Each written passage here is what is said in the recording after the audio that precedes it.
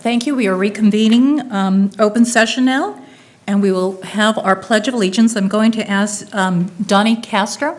Donnie, are you out there? Okay, to please lead us in the pledge.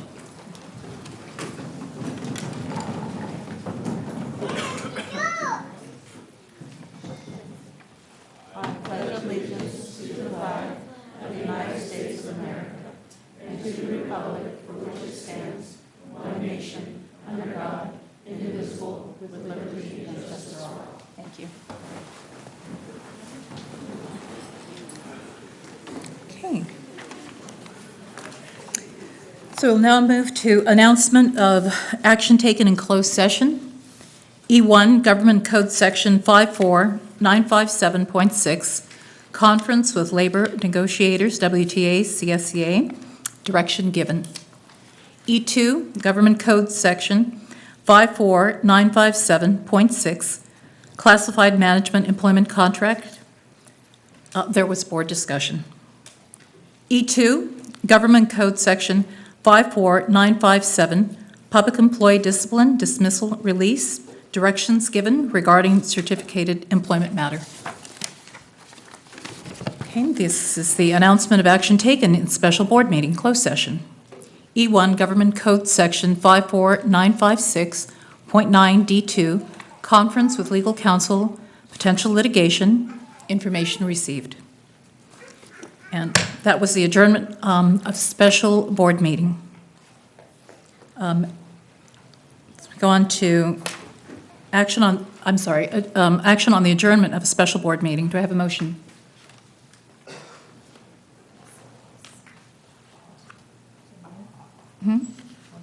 I'm sorry, on the adjournment of special board meeting. I motion to adjourn the special board meeting. Thank you. Second? Second? Okay. All in favor? Aye. Aye. Unanimous approval. Thank you. Okay, I1, action approval of agenda for April 26, 2018, regularly scheduled board meeting. I need a motion. Make a motion? Okay, thank you. A second? I second. Thank you. All in favor? Aye. Aye. Aye. Aye, thank you. Unanimously approved. So now we come to communications and celebrations. Oh. Oh, I'm sorry. Approval, oh, sorry. Approval of agenda. Okay, thank you, Sorry, Don. we're trying to We organize it. apologize, It's in Don. the- Quite a few of them. Don Stauffer. Hi, good evening. I was going to ask that item P5 from the consent agenda be pulled for discussion. Thank you.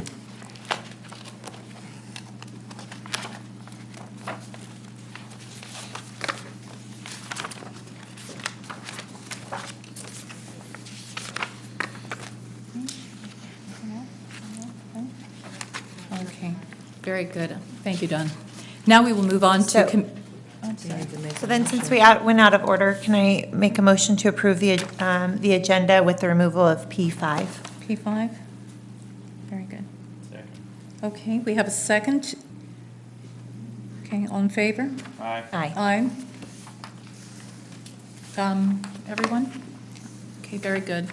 Unanimously approved. Thank you. Now we will move on to what everyone's waiting for, communication and celebrations. J1, recognition of River City High School students, athletes. Stan Moisich, principal, River City High School. Oh, I'm sorry, Jeannie. I was going to say, where's Stan? Okay, thank you. Stan is at a conference, so I'm taking his place. That's fantastic, thank you.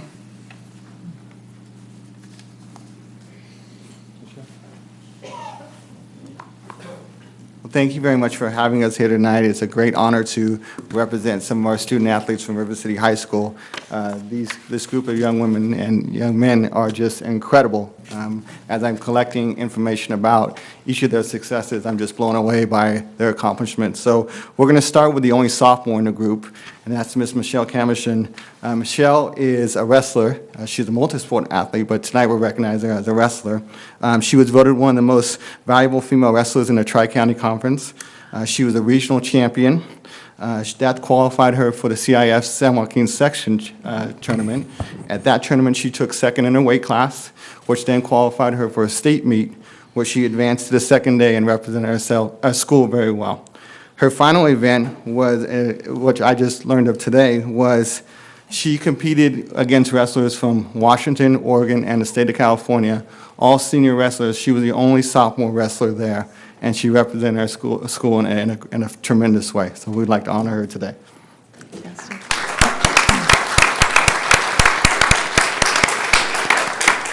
Our first senior is Miss Kelly Rydell. She will be attending Laverne University to play water polo. She is a 4-year multi-sport athlete. She played water polo and swim. As a water polo player, her teams have gone 52-20 over the last 3 years, and 33-5 in league. This stat blew me away.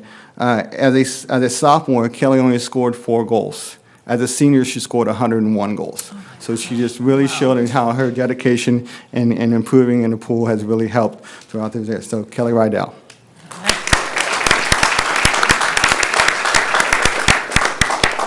The next person we'd like to recognize is Mr. DJ Castro. He will be attending George Fox University to play football. He is a 4-year multi-sport athlete as well. As an offensive lineman, DJ did not allow a sack during his entire career. As a player, during his 4 years, in every game he played offense, defense, and special teams. And he's also a wonderful scholar athlete with a 3.54 cumulative GPA. Wow. And that's DJ Castro.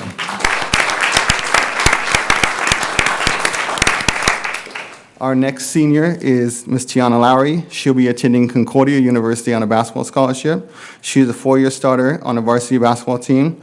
She was named to the all-conference team in the Tri-County Conference 3 years from her freshman to junior year. As a senior, she was named conference MVP, and she will leave River City as the all-time leading scorer with scoring over 1,500 points in her career. Wow. Ms. Tiana Lowry. And last, and definitely not least, Ms. Sydney Schultz, who will be attending Loyola Marymount University on a soccer scholarship. She is second in her class in terms of GPA. She has a 4.6 GPA. Wow. She has scored 144 goals in her high school career. She scored 51 of those goals in her junior season, was named the Tri-County Offensive MVP both her junior and senior season, and was part of the first team to ever win a league section title for the River City High School Raiders. So, Ms. Sydney Schultz.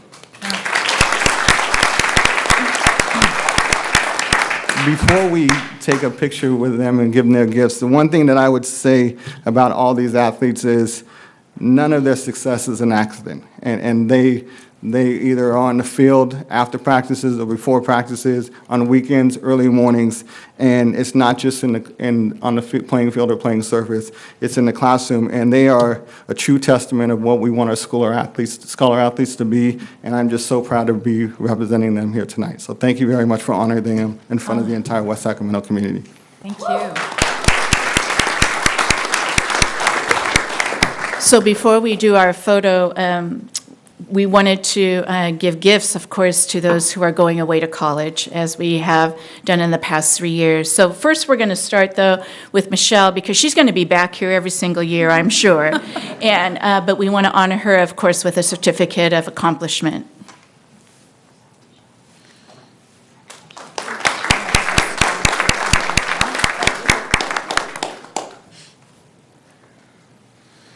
Tiana, we're very, very proud of you.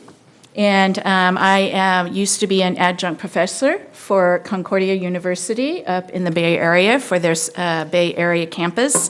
So you're going to a great institution, and we wish you well.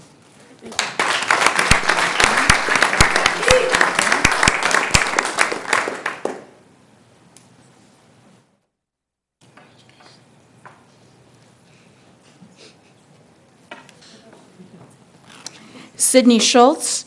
We wish you well going to Loyola Marymount, right? Is that correct? Which is a gorgeous campus down in Southern California. And you have the whole future ahead of you. So we wish you well and represent us well in SoCal.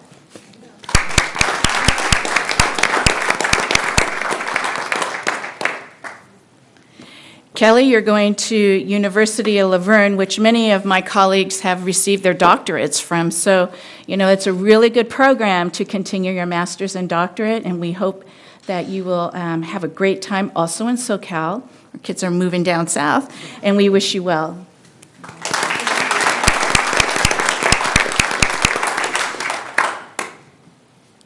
DJ's leaving the state. He's going to Oregon to George Fox University, and I learned about George Fox when I was a high school student because as a music student, I used to play the piano for many professors that came out of George Fox University. So I learned about that particular university as a high school student. We wish you well up in Oregon, and look forward to hear about your accomplishments.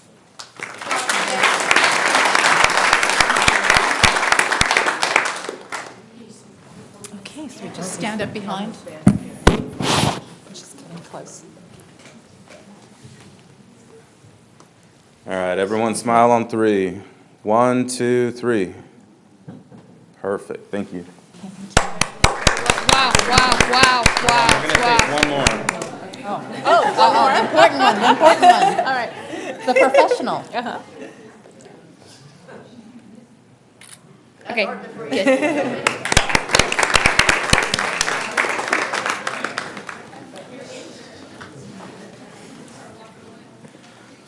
Okay, thank you. So now we are moving on to J2, recognition of WSD students participating in the Crocker Art Museum Student Art Show. Ms. Gregory, our Vapor teacher, thank you. Thank you. So yes, we have our Crocker art students here. Let me put these things here so they don't move. And I like participating in the community type of art shows because I think it gives a lot of community pride. You know, kids doing things in their own community, and you get to see that kind of perseverance and dedication on all their parts. Plus, it looks really good on a college application. And this year there was some fierce competition for who was going to be going to the Crocker. They did some really nice jobs, and we ended up picking 2 beautiful artwork. One was with Liam Perry. Come on up, Liam. His is Lady Liberty, so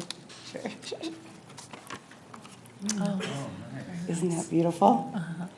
Really nice. And then also we have Robbie Uno,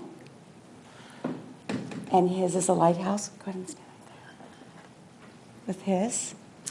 So these guys, what's really nice about these 2, they're best friends. And usually you don't get to go through all these recognition type of things and celebrations with your best friend unless you're in sports. But these 2 guys, they did everything together. So they ended up working really hard. They came after school. They worked, they came back so many times working, making sure that everything was perfect.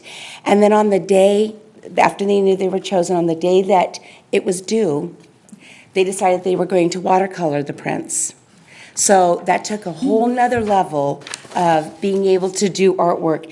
And in the middle of it, they were like sweating bullets. They were like thinking, why have we done this? Why didn't we just leave it in black and white? In fact, they even said, can we just keep the other one? Because they were getting so frustrated with the work that it was taking to do. But we used problem solving, figured it out. It came out beautiful, and they did wonderfully. And it was nice because they were both shown in a prominent position. They had to write artist statements. It was very nice.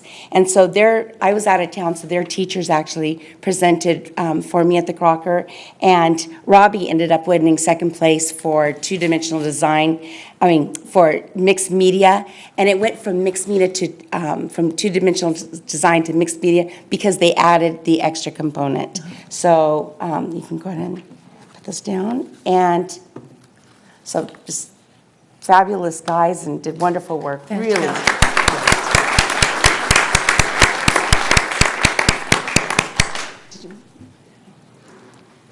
So, okay. Well, we have different ones for the River Cats. Okay. So, and this for Robbie. Oh, so we should. Are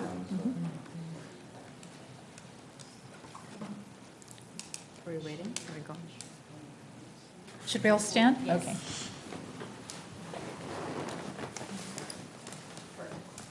All right, smile for me. Perfect, thank you. Congratulations.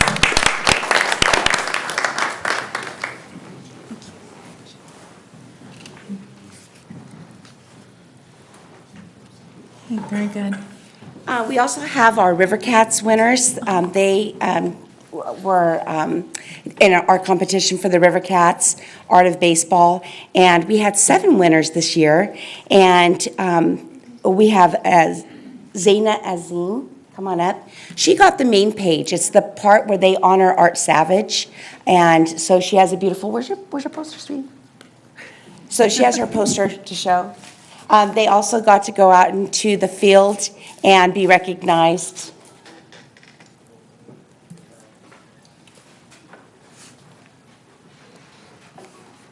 Gonna show. Oh, Do you see very that? nice. And a nice poster. Okay. We have Brock Withrow. He got July.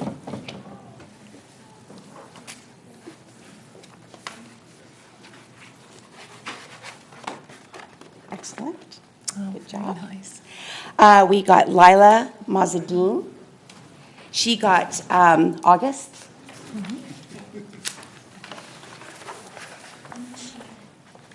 Nice job. Oh, it's very nice. Ian Catlick cannot be here, he had an emergency. Olivia could not be here, Shelby could not be, and we have Gabriella Laura, who was the holiday card for the River Cats. That is And then we have these for you guys too. And we would like to give you guys, oh, so you want to? a picture? Okay, let's do a picture. I didn't know if you guys were doing that. These are all the students that are here tonight, those of you that, because of sports. All right, on 3. 1, 2, 3. Perfect. And stay. Thank you. Lina, smile. And thank you very much. Congratulations.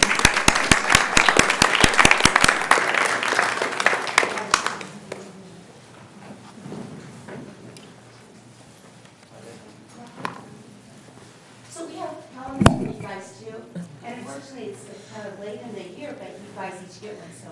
go ahead. Fantastic. So all of the board members can have one, and then please stay one to Ms. Luna. Thank you so much. Thank you. We'll pass them here. Sarah, go ahead. Thank you very much for always celebrating the art students. I mean, One for Mr. Pizzotti, and then one over here. thank you. Okay, thank you. Thank you.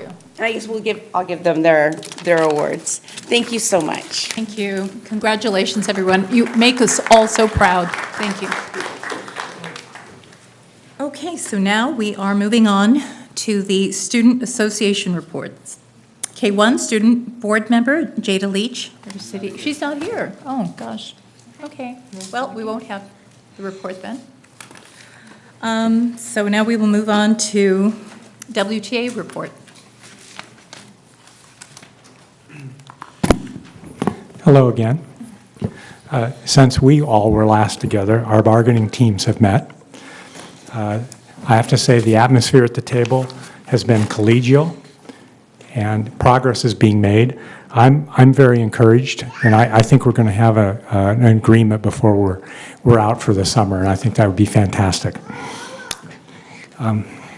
As you know, this year we had 4 Institute of Teaching grant recipients.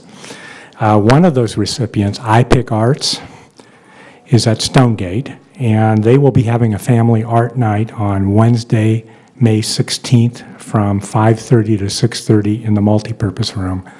And I'd like to cordially invite you on behalf of the teachers at Stonegate to come see what they've been up to. And with that, thank you very much. Thank you. So we move on to someone here for CSEA? Okay, there's no one here. So now we will move on to public comments. At this, what, no public comment? No public comments. Okay, very good, thank you. Read it for later. Let me go ahead and read this. At this time, members of the public may address the board on topics that are under the jurisdiction of the board and are not on the agenda, although the board by law may not take action at this meeting. The board may limit the total time for public input on any topic to 20 minutes unless it chooses to waive the item limit for a particular item. Individual speakers may be limited to 3 minutes to comment on any topic. Public comments consisting of individual charges, complaints, or derogatory remarks about any district employee are requested to be submitted in writing to the administration in accordance with the district's complaint procedure. We do recognize that for a lot of people, commenting before the board and the audience and the people watching at home on television is a nerve-wracking experience. So to try to make that as easy as possible, we do ask that there not be any applause or booing or catcalling or other demonstrations to maintain a civil discourse here in the chambers. The board respects the rights of members of the public to speak to us regarding matters on the agenda and other matters within the jurisdiction of the board. However, it is important for members of the public to recognize that comments regarding students other than the speaker's own children made during the public board meeting may be legally actionable as a violation of student privacy. Both state and federal law prohibits the board and others from discussing confidential student information in open session. To this end, be advised that if you reference a student's name other than your own student, you will be out of order and your comments may not be protected by the privileges that protect public speech. You could be found liable for such comments in legal proceedings. Furthermore, it is important for the public to understand that negative or derogatory comments made against district employees or others, even those made in the public board meeting, may be actionable civil defamation. Such, the board reminds the public that the district has existing board policy that allows the public to lodge a complaint against a district employee. This policy provides a comprehensive procedure for reviewing and responding to public complaints. This process provides a more thorough opportunity to be heard than is allowed under the open meeting law that governs this meeting. So now we will move on to board and superintendent comments. Can you give me just a minute? I'm sorry. Can you start that way? I need just a minute. Yeah. I need a minute. I'm sorry. Let's start with Trustee Cruz. I need just a moment to get some of my notes together. Oh, okay. That's why, So very if you good. could start with somebody else. Okay, I'm sorry. I didn't hear you. Okay. All right, let's actually start with Mr. Pizzotti. Gonna switch it around. Yeah, I a bit. don't really have much to comment on. I'm just going to say that I think we have some very important issues on tonight's docket or agenda that I think we need to really thoroughly vet and discuss, especially potentially looking at, maybe a new bond to fix the, falling down Westmore Oaks campus where there's many, classrooms that can't be used right now because they're just not safe for children or staff to have, or conducive to a learning environment.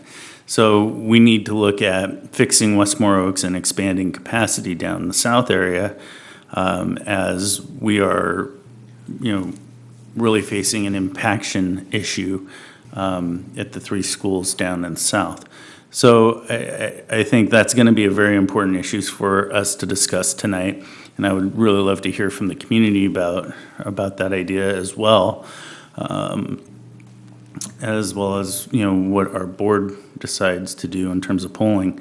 And then, of course, the single-member district issue from at-large to single trustee areas. I was hoping that I would see a larger crowd here tonight that had bigger input, because this is their opportunity to come say something. So I was hoping that at least there would be more people. And then I certainly hope in the future that the community will start stepping up and speaking out about what their thoughts and feelings are. And then finally, I have, let's see, this week I'm on Sunday going to be at a CTA, a California Teachers Association panel at one of their conferences. So I will be speaking to a bunch of teachers. So hopefully I will have a chance to see some of you there. And then on, I think it's Wednesday the 2nd. Isn't Wednesday the 2nd the what is that called? The evaluation or the interview at the high school for the class, the high school students. I can't remember the name of the class. The mock interview. The mock interviews, that's it. You know, I said interview, something. So I'll be at the high school participating in the mock interviews. So I hope to see some of you there on Wednesday. So that's all I've got. Okay, thank you. Board Member Sarah Kirby-Gonzalez. Thank you. Yes, we did have a curriculum council meeting that I attended with Vice President Wong, and we looked at the social studies curriculum. And that's always a hard conversation for me because curriculum is very expensive, and I think that subject lends itself very well to not needing curriculum. We work with the writing, or not the writing project, we work with the history project closely. And so there's a lot of opportunities there to really plan some rich lessons. But what I appreciated about the Curriculum Council and the language we're hearing now, and coming right from teachers, is that they want to have curriculum as a baseline and as a tool, because you never know if you have a substitute that comes into the classroom, if you get a new teacher on board. But the way that curriculum is talked about now in terms of textbooks, I very much appreciate. It's talked about as a tool. So thank you for that. And teachers know that they have flexibility to be able to pull what they know is best for their kids. And so I really appreciated that. I was excited to look through the books that they chose, and I was glad to see that they were strong in primary sources. So they are coming to us, and I am happy about that. I also got to attend the Little Shop of Horrors, and I haven't yet taken my daughter to one of the performances because, she's 6, and I keep thinking, when am I going to get to take her to one? Because I know she's going to love it, but maybe a few years. It was a really wonderful event, and I loved seeing our kids perform. It was really special to get to see. And the props, I did not realize that all of those were done by the kids and by their teacher too, and that was a 6-period class. I thought that was within the school day, and so these are kids who are very dedicated, who are staying after the school day to work through this, and it was just wonderful to see. So I hope the whole community comes out to events like that, because they're phenomenal and great to be at. And I attended a principal cafe, and it was the first one I was able to attend with the superintendent, Linda Luna, and cabinet going around. I know that they've been around to a few of the sites. And this one, I got to be there with them, and it was really special to see as a parent and also as a board trustee, because we didn't used to have these principal cafes and an avenue for families to come into the schools. And now we do, and it's really, really special. It's very accessible, and it's a great way for parents to get their questions answered and to have a superintendent up close and assistant superintendents up close. And I don't think that happens in a lot of places, and it's just really special, and I really appreciate the commitment to connecting with families and bringing families into our schools. And they spoke of all the work that happens behind the scenes, because sometimes it's a little mysterious what's happening at district office to people at a school site. And so it was nice to come and say, here's all the things that we do to support your school. And here's what we're doing with always having your children front and center, because you might not always see us, but we're working hard. And so I really appreciated that. And on that note, just of being really proud as a trustee and also as a parent, I don't think there's any better night than open house and having your child pull you all around and show you all of the things that they're doing in their classroom. And I could not be more appreciative of the teachers who are working to help my child grow, but really of course, all the children here. And being in classrooms, I was in Westmore Oaks last week on a regular basis, and just seeing what the kids are doing, it's so rich, it's so inspiring, and it's so special. And it just gives me goosebumps to walk around to the classroom like that, because it is a labor of love. The work that they are doing is just above and beyond, and I really, really appreciate it. It shows our kids like being there, and I like being there. Actually, on my Fridays off, where am I? I'm in a classroom, because that's where I want to be. I want to thank staff for the conversations around preschool. I know that there's been, I think many of us have heard from the community, and I want to thank our partners at Yolo County Office of Education and also with the city in terms of working with preschool. And I really want to thank staff for working hard on that because it's very personal for our families in terms of preschool restructuring. And of course, they want nothing more than to have their children in a safe, good learning environment. And so as we look at restructuring, I'm glad that those conversations are happening to connect with families and help them feel safe and secure with where their children will be. So thank you for that. I want to thank Ruth for all that she does because it was just Administrative Professionals Day. So thank you for all that you do. And across our district, the rock of the school is often the person who is in the office. And the same is true of district office. So thank you for all that you do. And I also want to thank Kim Harrison. And I feel very fortunate to have been on some of the technology committees and get to see the work that you've done with technology up close and personal. And then to get to hear kids at SUCON and what they've shared about what they're doing, it just blows me away. And then to have my own daughter explain coding to me in a way that it wasn't even accessible for me. I was pretty amazed. And the technology department, when I think about where you have brought that department, it's really a gem in not just our community, but it's a gem not just in our region, but really in the state, really in the country. I mean, the things that kids are doing in the classroom with technology, our Chromebooks are not test-taking machines. I mean, they are a tool that kids are using to learn. And so I am very sad as a board trustee and as a parent to lose you to this district, but I would like to congratulate you with your promotion to another district, Folsom Cordova. So as a teacher in Folsom Cordova, I will reap those benefits because that training is very needed there. So The transfer is suspect. I didn't want it to happen, I'm telling you. Thank you for that. And let's see, I think that is all. That's my update. Okay, thank you. Board Member Wong? Yeah, I echo a lot of that. The curriculum council, I always learn something new there. It's not my lane, but I'm glad that I was appointed last year to be part of it and continue to be there. I echo everything that you said, and I also am excited about the proposals from the EAC, and I forget the acronym of that, so I apologize.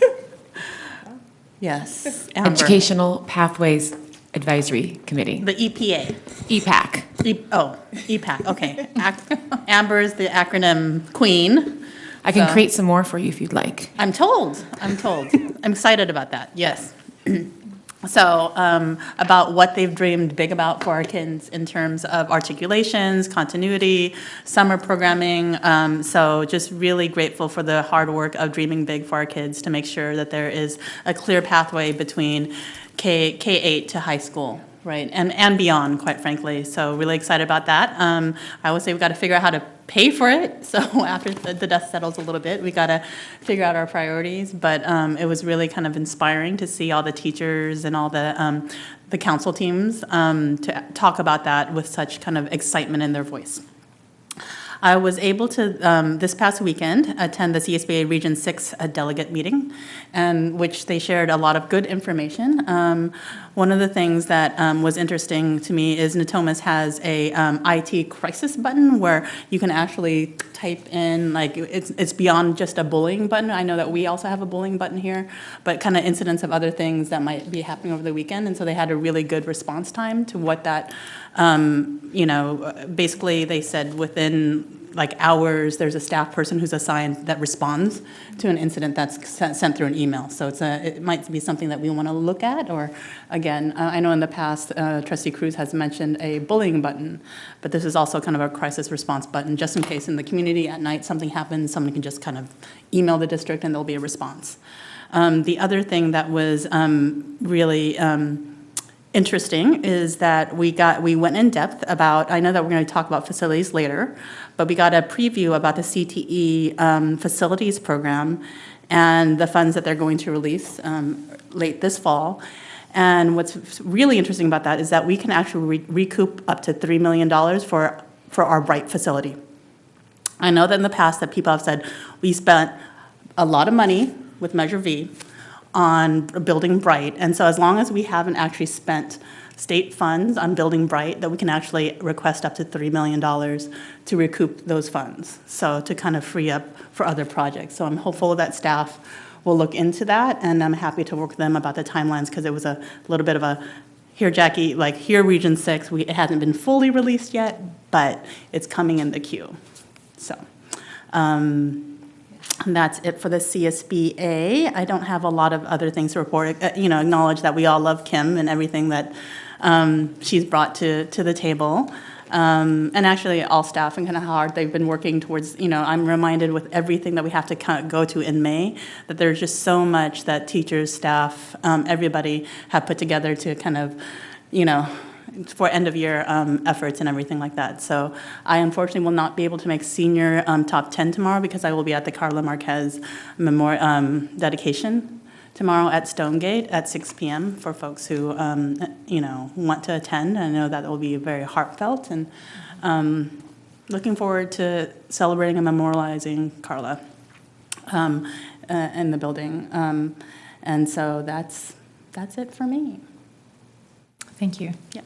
Are you ready, Board Member I Cruz? think I might have it together now. Okay, thank you. No promises, but I'll try. I have just a few things to report on and a few comments, and I'll try to keep it short, because I guess more of my comments are for later on in the agenda. But I had the privilege of attending the CTE Pathways Advisory Committee, and I suggest maybe that we get a bigger room next time, of standing room only. It was so good to see shareholders, parents, teachers, everybody coming together and talking about our CTE pathways. We filled out, we sat in groups and we talked a little bit about how we can better the programs, what is beneficial, what's working. Students stood up and told us, talked a little bit about their programs, how excited they are and what they've done. And the one thing I did want to bring up, and I think we all need to work on this, is because we are going to have phase 2, we're going to have more students on that campus, is the question around the room between shareholders, parents, students is, how can we hear more about this? We didn't know it was here. So I know everybody's working on that. I saw something on social media come out on our WUSD, and it's a great start. But a lot of parents, even students that go to River City, don't even know that they have these other pathways. So it was a great opportunity to sit there and listen. And there's actually they took good food, so there was good food there if you want to go next time. But I want to remind everybody, Monday, April 30th is Excellent in Education. I got my ticket. I don't know if everybody else got their tickets, but that's a great event to see all the Yolo County teachers, programs, and give out awards, and it's a fun night. So hopefully you can join us out there in Woodland. I neglected, I talked to Superintendent Luna earlier. I'm just going to mention it because we already made a motion and approved it. The minutes of April 14th, which was our workshop, on the second page, item F, the adjournment, it says we adjourned at 11:45 a.m. And then there was some motions passed, and it mentioned that board member, President Alcala left at 12. And so Superintendent Luna advised me that should be 12:45 and not 11:45, so we need to correct those minutes. But we already approved it. All I'm doing is making the statement that there's an error. We can't go back and fix it, but.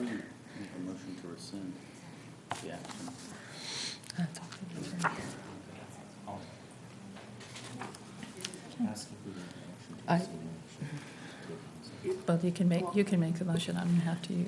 We can do that when you bring up the item on the consent agenda. I'm happy to, thank you for bringing that out. Thank you. Thank you. So along with that, we all attended a workshop, our second workshop, and a third workshop is scheduled. And I just wanted to let the board know because it was not recorded. We go to room 75. I know it was a workshop and it was not recorded. But I just wanted to say that I was very disappointed about a conversation that was had after the president had to leave. And I think it's a very important part of that workshop was teamwork and working together. And I know I reached out to the president and let her know what happened. I also gave her advice. I also provided her with the CSBA president, a manual that I obtained at CSBA. I think it's very important that we work as a team and we talk together as a team. And when I had talked to President Alcala, nobody else had reached out to her. So I think we should be working together and not at each other. And on the similar note, I provided Board Member Wong with some information that she had asked other board members for and administration. And it was a few months back, and I was able to provide that information. So I think we need to work together. And I personally didn't feel like we all have busy lives, and Saturdays we're supposed to be I didn't find that workshop beneficial. I don't know how we can continue to go forward if we're not going to work as a team. This is my personal opinions, and I just hope we can work better together. I feel like as a board, we have no directions. We're kind of all over the place, and I feel like that's impacting not just us, but the administration, the district, and the students. And there's lots of projects happening. And, you know, there was a comment that items are being pushed through because we need to get them done with no plans. I think as a board, we need to step back and ask what is best for our students. We need a plan, and administration needs a plan. So I think tonight, you know, we're going to talk about facilities. We're going to talk about the single-member district. We need to start giving good direction to administration, or else we're going to just keep chasing our tails.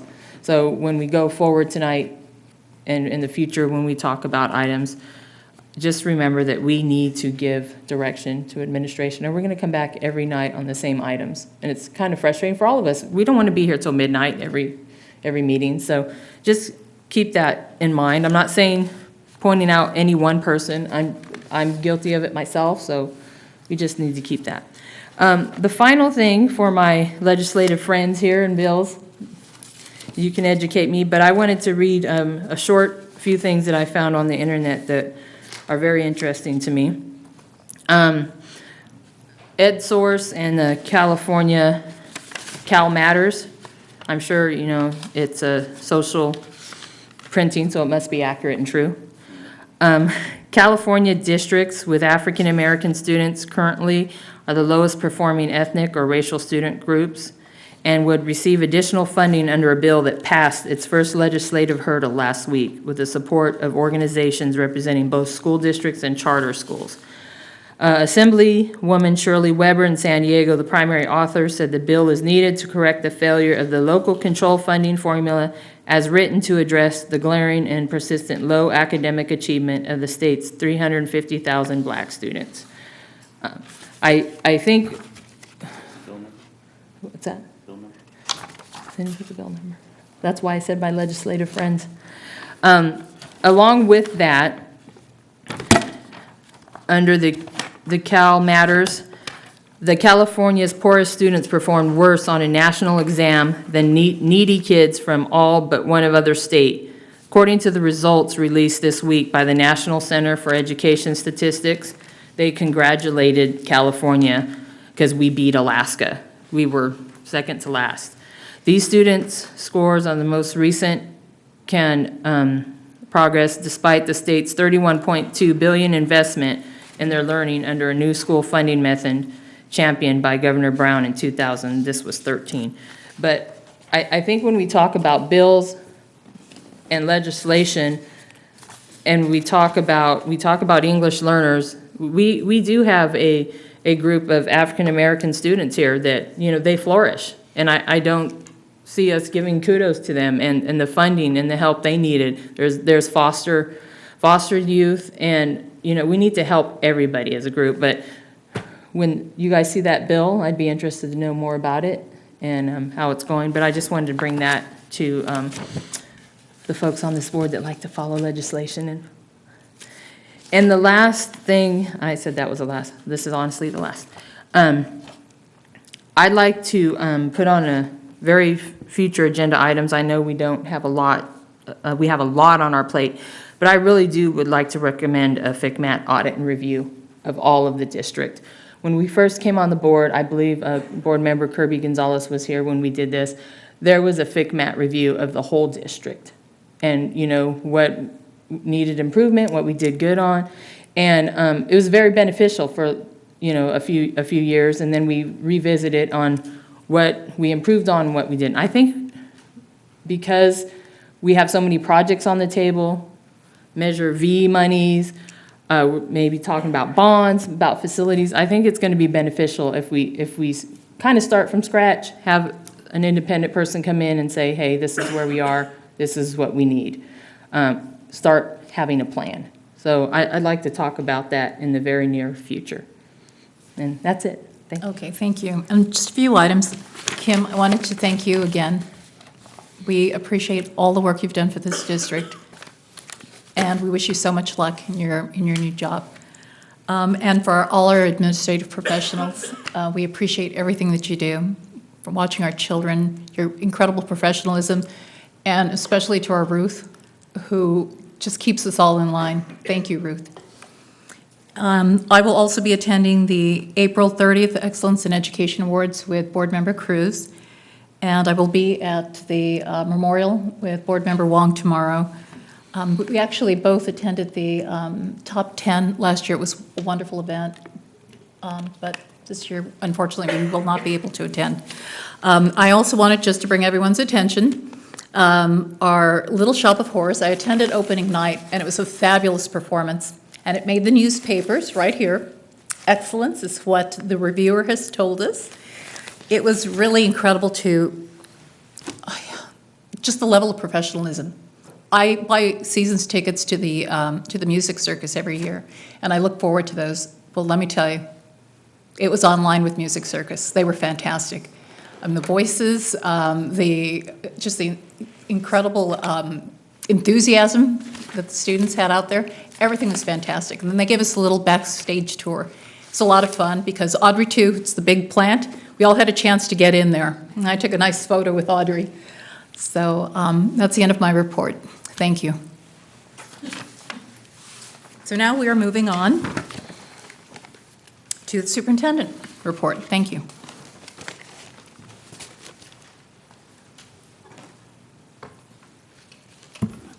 Thank you, President Alcala, Board of Trustees, staff, and guests. I'm not doing my normal superintendent update because you're going to be hearing me provide some more information to open the discussion for the board. So I'm just going to kind of go down a little bit of what's been happening. You've mentioned quite a few things. On Saturdays, usually what happens is music students in the high school arena, they go into competition.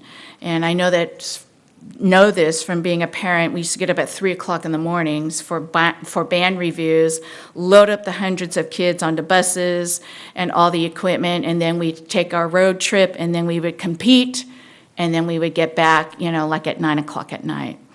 I want you to know, and we'll bring the students forward at a future board meeting, that our wind ensemble and symphonic band has been going to competitions on the weekends, and they represent Washington Unified very well. This past weekend, both bands received unanimous superior ratings at the Golden Empire Festival, which is pretty big. And so we will be bringing those kids forward, but just know that everybody is representing us all over the place, and people are finding out about Washington Unified. Thank you, Trustee Kirby Gonzalez, for attending our coffee with the cabinet, which was over at Bridgeway Island. And the questions that mostly arose from the parents that we've been receiving is really about programs and about the educational pathways that our students are moving on from primary and elementary school into high school. So they get to meet the cabinet, they get to find out what kind of departments we have, they get to also know that they have a lot more support than just what's on their site. So this coming Tuesday, the cabinet has another coffee with parents, and that's going to be over at Westmore Oaks. So we're really looking forward to just being with our Westmore Oaks parents who come on Tuesday morning. On the Little Shop of Horrors, we've mentioned that, and it really was a great performance. When I was in high school, I was also in musical theater. And I want you to know the most important thing about it is not just the performance itself, it's how we get there to the performance. The rich memories and the rich learning happens in the learning along the way to get to the end product. This was a collaborative effort. Theater students and theater classes, the choral department, and NCCT built those platforms and some of the staging for that particular production. So it's a very collaborative effort with lots of students working together. Tomorrow evening, I want to thank the trustees for attending the dedication of the building over at Stonegate School for our beloved principal, Carla Marquez. I will be attending the Top 10 Senior Dinner, which is always a really great special evening for our students with the highest GPAs, and they're college-bound, no doubt, but their parents sit there very, very proud. And the teachers talk about the special memories they have of each student and what their contribution was to the high school. So it's a very special evening, and I will be attending that. Coming up on Monday evening, we get to celebrate our educators. We get to celebrate programs that have been identified across Yolo County, and so we will be doing that on Monday evening. And Trustee Cruz, we look forward to you really facilitating all the great things about our employees on Monday evening at the Excellence in Education Awards. I also want to remind the board on Wednesday evening, it's River City High School Scholarship Night. And this particular night is huge for our high school students because they don't know what they're receiving, but many, many high school students are receiving scholarships and gifts of donations from private entities, from industries in our communities, from private donations, and just from different organizations across not just our educational community, but in our local area. Lots of money is given away to help support our kids go to college, and so that is Wednesday night. Finally, we've heard congratulations to Kim Harrison, and I also want to congratulate Kim, and I also want to congratulate the most recent news of our principal, Roxana Villaseñor, our principal at Westfield. What I think we need to remember is that when people leave our district and are promoted to carry on their career, what that means is we've done our job. Our job is not to keep people from meeting their aspirations and their dreams. Our job is not just to serve our children, but to take care of our employees. And taking care of our employees has been about professional learning and helping them to meet their aspirations. So our mark on these administrators who move on their career and move on their journey is because we've done our mark in their career, and that's a memory I think that's to be proud of. So I want to congratulate those who are being promoted. Kim Harrison as Chief Technology Officer, which is really a more innovative title that is up and coming across the nation. So congratulations to her, and Principal Villaseñor for being promoted to Executive Director of Secondary Education in a much larger school district. So we've done our mark. They take Washington Unified with them, all the learnings, and now will serve a greater community. So thank you very much. Thank you.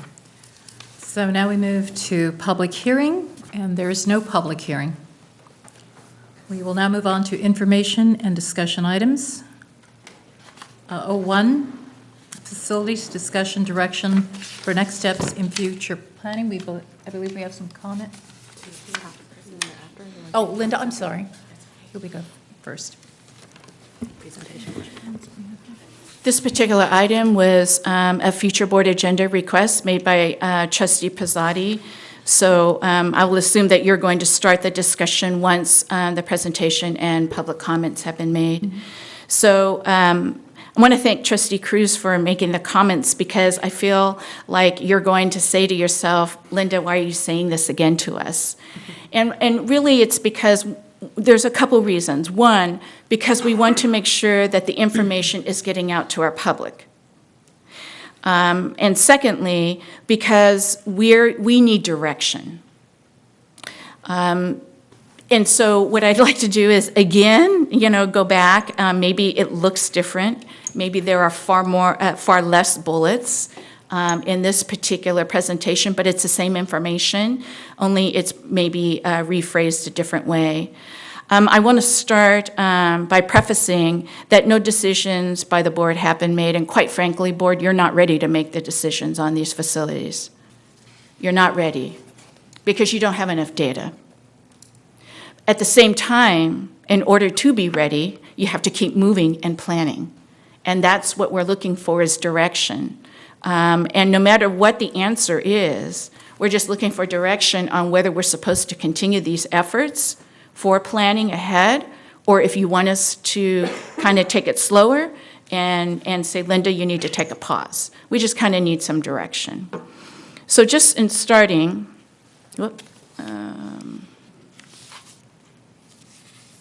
okay. All right. So our present situation, we have overcrowding in schools. And in the overcrowding concept, we have absolutely no space left to add more classrooms. In our Measure V bond, we had added classrooms at Bridgeway Island only to immediately have them filled and still have an overcrowding issue. Part of it is the amount of land that is available on the school sites itself. Secondly, our historical areas of the district need renovation or replacement. Those particular schools identified are Westmore Oaks, Westfield, Elkhorn, and Riverbank. Thirdly, it's been made clear, because we keep getting this particular question, is where are redeveloper fees? Because usually redeveloper fees go towards building or modernizing or fixing facilities that need help. And in general, that's what they're usually for. Here in our district, our redeveloper fees have been spoken for towards our River City High School campus. Some Measure V bond is going to be left, and I think that was at the last bond presentation, or it could have even been at the audit, in which after we can finish our summer projects under Measure V, and a little bit going into the fall because we know things happen on construction, we project that there will be a little bit of money left, about $10 million, if everything goes well according to the projects for this summer, which is Bright Phase 2, to expand the CTE pathways and renovate those wings at Bright. Also to put in the crash bar gates and the security gates around the River City High School campus, and maybe just a few other things like science classrooms at Yellow High School, just small other projects like that. Lastly, the present situation is we know that we have increasing competition, and that's everybody. That's every public education entity, that there are growing competition for independent private programs when people are not able to be satisfied with their own LEA. That's our present situation. We've talked about options, and let me just reiterate, these are options. Our job, our responsibility is to provide the board with things to think about. So the first one we have as an option is we do nothing. We remain as it is. We continue status quo. Another option, and I'm not saying that any of these options are good or bad, they just are. Option 2 is that we look at a local bond to address overcrowding. We live in California. You will go nowhere in a public school district where there isn't a bond. A third option is to acquire a local bond for just renovation and replacement in the historical areas of our district. Another option is to combine both options to address schools across the district. So in looking at option 1, remaining as it is, there's some things that we need to know, that our challenges are not going to go away, and they will continue to increase, because our enrollment has shown, and our ADA has shown, at least since I've been here, that every year we get more families. This past year, I believe we acquired, I think, 150 new students enrolled into our district. We have more charter school students trying to come back to our district. So, and there's supposed to be redevelopment. We've heard about that. Whether or not that's going to happen, it's there. It's there. Secondly, what we want to make sure that the public knows, and I went to visit Westmore Oaks staff because they thought in 2 months their school was going to be demolished in the next 2 months, and they wanted to know where school was going to be. So I went to Westmore Oaks and I said, no, your school is not being demolished in the next 2 months. So we made that very clear, that it's not like building a house. We can build a house in 6 to 9 months. We build a school in 2 to 3 years because it takes time for DSA, for soil approval, for architectural, for all these bids and proposals, for all of that to take place. So what we want to make sure in this option that we know is by waiting even until 2020, new resolutions will not be in place until 2022, 2023. So no matter what, we've got to figure out what to do. The question is what would we do? Because if we even if we made a decision today, which you're not ready to do, you still are out 2 to 3 years, even if buildings started tomorrow. The one fastest solution to address overcrowding is exactly what we've been doing, busing students to other schools that have space. And that doesn't make our parents happy. Parents purchase their homes in their neighborhoods for a specific reason. Realtors sell the homes based on the location as well. We want everybody to buy their homes based on all of our schools. But the reality is, if parents had to choose of what schools looked better, it's very apparent which schools look better. The second situation of the option is if you looked at a local bond to address overcrowding, we have to think about questions. What does the voting community think is doable? We don't know what's doable. We don't know. We also don't know what the community would be willing to do. Thirdly, we don't even know what the community thinks is the right time. And fourthly, the board needs to consider, no matter what the timing is, we still have to address the overcrowding. Third option, local bond just to renovate. Questions: what does the voting community think is doable to fix the facilities in only the most needy part of town? That has to be asked. The second thing is what would they be willing to pay for in only 3 or 4 schools and not the other schools touched? And lastly, when is the right time? The fourth option, some things to think about and some questions to think about would be, what does the voting community think is doable for all of it? Fixing and addressing the overcrowding. Secondly, is the community willing to do that? To build a brand new school to address that overcrowding and also fix the rest of the schools that are not at the same standard? And lastly, of course, when is the right time? I don't think any of us will disagree that we need to do something. The question is when is the right time, and what can we do in the meantime? The last time we met, I think it was in April, we had a board study session. And in the study session, it seemed like the board, gave direction to move forward on a poll to find out. Well, I haven't felt that direction. I'm unable to give my staff that direction, and we need that for the board tonight, whether or not to move forward now or to do it later. And here's why. This is what a poll is going to tell us. Is there actually something that's doable for our schools? We don't know that. We're talking about multiple millions of dollars, either $50 million or $100 million. We would not want to make any decisions without having our community put their input into what they think they can support. The second thing is what projects will resonate with our community. We don't know that either. It could be very surprising. It could be very surprising that our community would want a specific project, and that would be something very important for the board to think about if the community wanted a certain project or they wanted a different direction. Thirdly, we don't even know what the costs are because we don't know what the community is willing to do.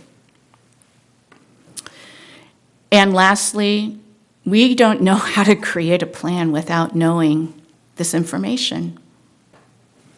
So we are opening this now for discussion for the board after comments. And Trustee Pizzotti, because you requested this, I assume that you're going to start, and then we will take direction from the board through the discussion. Thank you.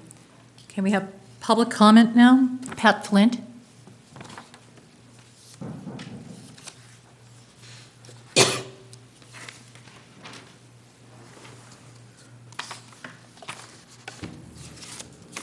This thing is always way above my head. Number one, I hate to tell you, you do have space in this district, a lot of space. Nobody likes their child bused anywhere but in their neighborhood, but it's been a fact of life in this community for years. It's something that you may have to make a tough decision about. Do I want my grandchildren bused out of their areas? No. But as a parent, I had my sixth grader bused to the other end of town to a middle school. I was mortified, not because he was going to the other end of the city, but because he was a sixth grader going to a middle school. They did just fine. I was the only one upset. They were having a great time at the middle school. But busing is something you may have to consider until this community is willing to pass a bond. Now, very well, they may be if you go out to a poll, but I don't think you're even ready for a poll here. You as a board need to decide what kind of programs you want to provide to these students. How do you want to deliver them? What facilities best deliver the programs you need for these students? And you need to know how you wish to use your existing facilities, because right now, the state of California is not releasing any money to help build schools. Property taxes in this town have gone sky high.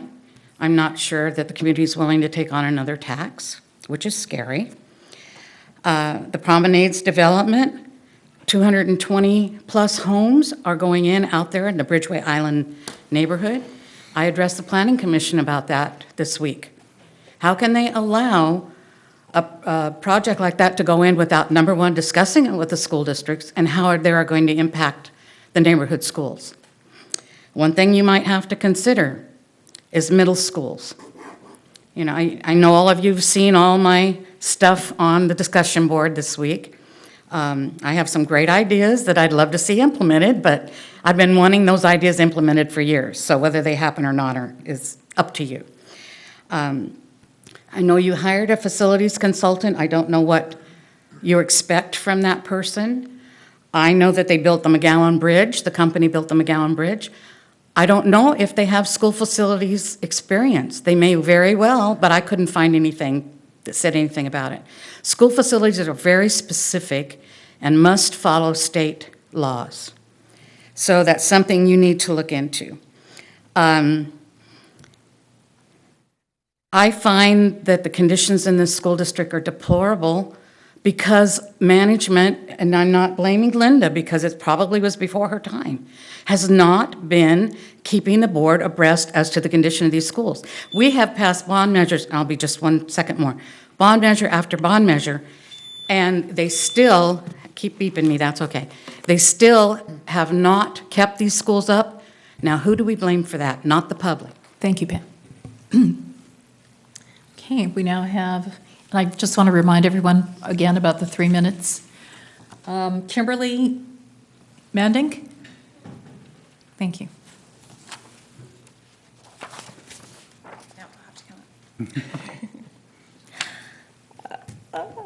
There we go. I'll just raise the microphone.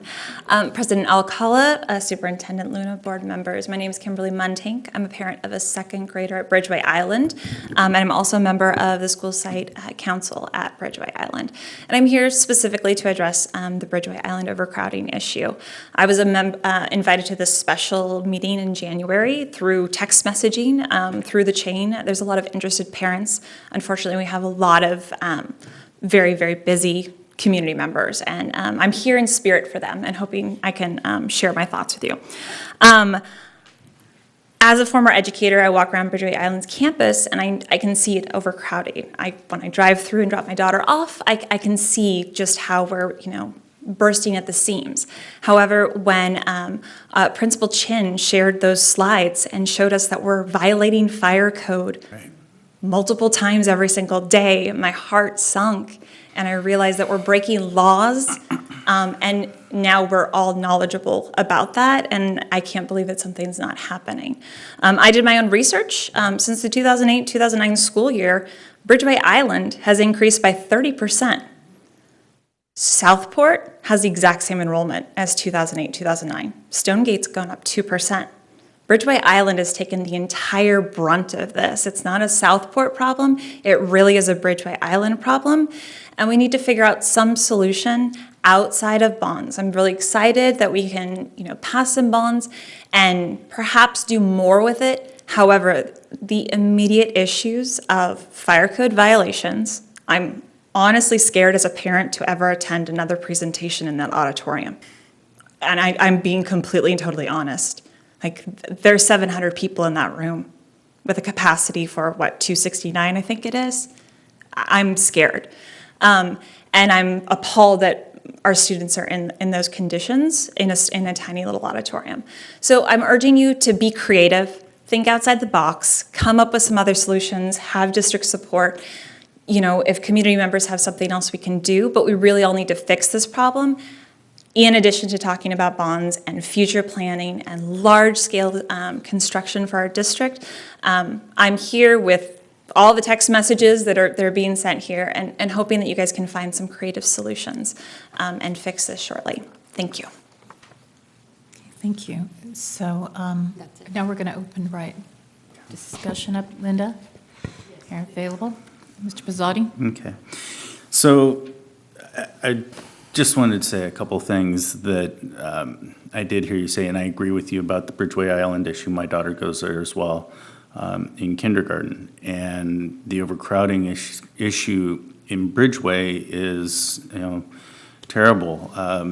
Trustee Wong and I actually live really close to each other, and yet, literally close to each other, less than a block away from each other, and yet her kid has to go several miles down the road when she's actually half a mile from Bridgeway. So, that's unfortunate, but it is. It's just the way that, we are forced to, do things because of the overcrowding issue. And there was a comment made about the promenade development and how it was permitted to go forward. You're right, it was, and they're in the process of building houses as we speak. Those kids, I have no idea where they're gonna go because there's no room at Bridgeway for them. But they're really, really close to Bridgeway, and it may have to be that they get sent to Southport or shifted some way. I don't know how that's gonna go unless we do something about building something where we have new capacity. And, this may have been an issue where there was no communication on behalf of the Planning Commission, but, that's neither here nor there now. Now it's on us. It's our responsibility to take care of the kids in our district and make sure there's some place for them to go that's close to where they live. And I think it's very important that we keep that in mind as we move forward in this process. And I just kind of wanted to talk about polls and what they are and what they're used for. I'm currently involved in a political campaign for governor, and we're doing my group is doing a poll, not to find out, who we are or who we're going to support or oppose. We're doing it to find out where are we going to message and what is that message? Or do we even need to act right now? So what polls do is they determine where you are in the process and what the public thinks. I'm so sorry. Is there another public comment? There was another public comment. We had quite a few up here, and it There's two on got this sort one. of lost. Right, I'm so File sorry. later. Can I Would you just permit finish that us? sentence? Of course, Yeah. go ahead. So in terms of polling just tells you what the community feels. And I think actually Superintendent Luna did a good job in her presentation because she effectively wrote the poll for us. She asked the questions that need to be asked. What is the community willing to pay for? I mean, in as much as I think Bridgeway Island, and this is just my own personal belief, in as much as I think Bridgeway Island needs to deal with a capacity issue and another school needs to be built, there's an equity issue on our historical schools that is, I think, more glaring at this point because there's children that are going to school in areas that have more poverty and they're going into our oldest schools with our oldest facilities. And it's like there's not enough equity being distributed throughout the entire district. And for that, I feel like almost guilty about. And we should be doing something about it, right? And especially at Westmore Oaks. I mean, you need to take a tour of that campus to understand what it is those children, the learning environment those children are in, and the teaching environment that those teachers have to try and teach in. So I want to make sure that everybody is clear. What we need to do as a board is set direction on asking the community the question via a poll as to what it is they would be willing to pay for. That is, I think, how we need to frame this discussion is what would the community be willing to pay for? And it may come back from a poll saying the community is not willing to pay for anything now. But we don't know that until we ask the questions. And I think that's where we need to go with this discussion. And I would like to maybe reserve my time for something else till after I hear that comment. Okay, thank you. Laura Jamison.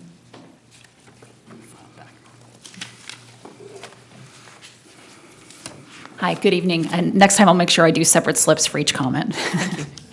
Just really quickly, and I'm very happy to hear from the district and from the board about planning. I was going to kind of mention up here, I mean, I'm a geologist by education and by profession, and I think long-term, I think in millions of years. So I really appreciate a kind of a longer-term plan of what this district needs for both the south side and for the north side.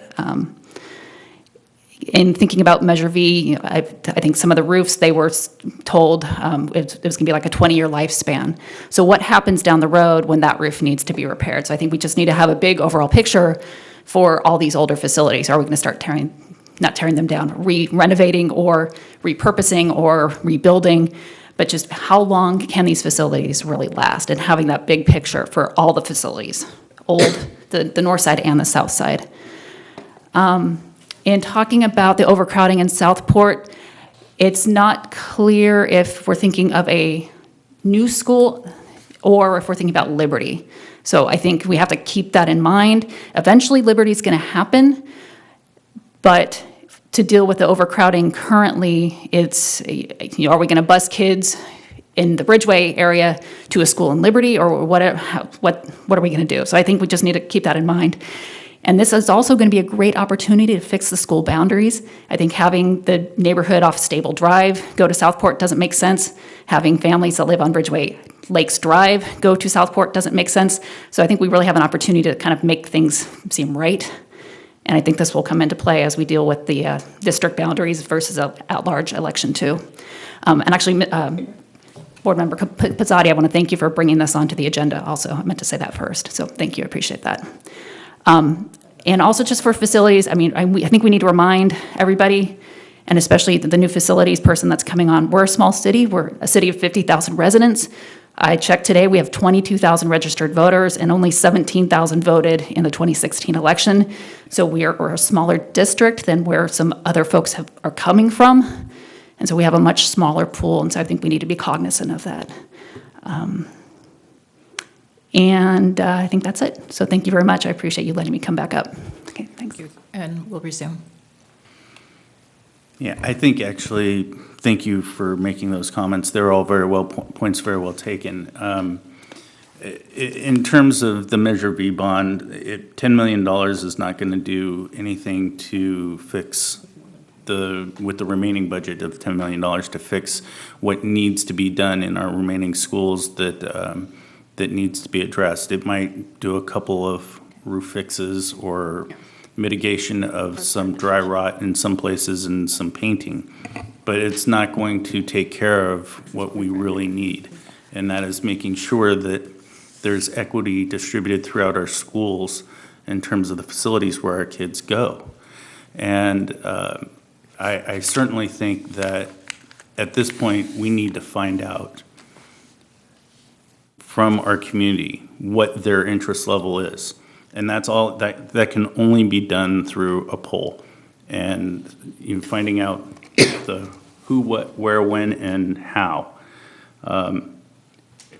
in terms of what the community is willing to pay for should be amongst our top priorities.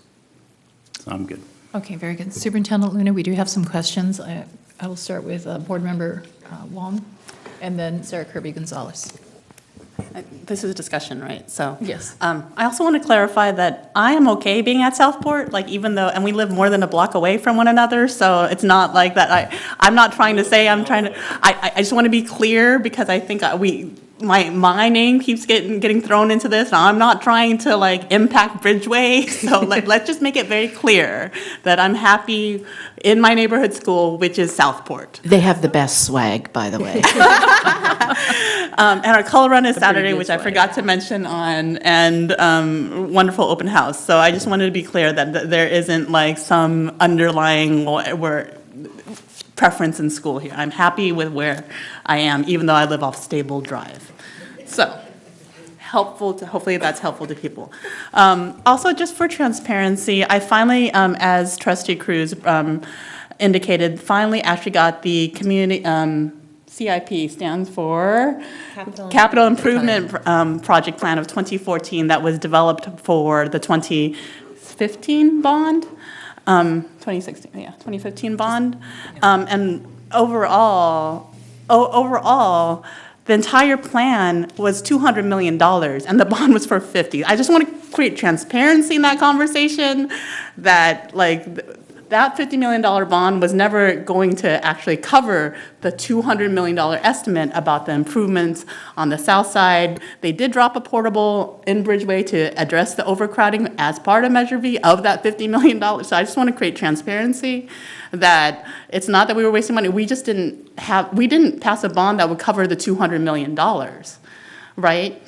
And I also wanted to, because this has been in question of whether did the board what did the board prioritize? And I also got this that was passed October 25th, 2016 by the board, that they prioritized district-wide roofing, district-wide ADA, district-wide fire alarms, and Bright Phase 2. Things that you don't see, right? Things that ADA, that it's just not, you can't actually physically see these things, but they're actually really expensive actually kind of come up to compliance. And these are district-wide things, because I think that in the smaller study sessions, people have questioned, what did the district prioritize? And this was before I was on the board. I probably talk a lot, so people may have thought that I was on here forever, but it's only really been 16 months, but who's counting? So in any case, just wanted to, but who was counting? And this was a decision made right before I actually came on the board. So I just wanted to kind of clarify that there isn't any, when I finally saw it, it's like, oh, there was board direction at that time of Measure V, passed on August 25th, 2016, and why we did district-wide projects, and we did have a plan. The CIP was a very clear plan, and then we could only knock off, a quarter of those things maybe, because the cost of upgrading is probably, it varies from time to time, and construction prices. So am I wrong to make these kind of all these connections of where we're at? And no, thank you very much, Trustee Wong, for reiterating those points, because it's really hard to remember these kinds of things. When a school district enters into a capital improvement plan, which is a very long-term plan, you're right, it was for $200 million. And perhaps that was the key piece that was missed at the time, that when you have a CIP that is $200 million, there's no way that a bond is going to take care of that. But it is a long-term approach, and it must be reviewed and revised along the way, because things change. Education will change probably in the next 5 years in terms of what's needed in the space of classrooms, of what technology is going to demand on education. Things like that are not in the CIP because we can't foresee the future like that.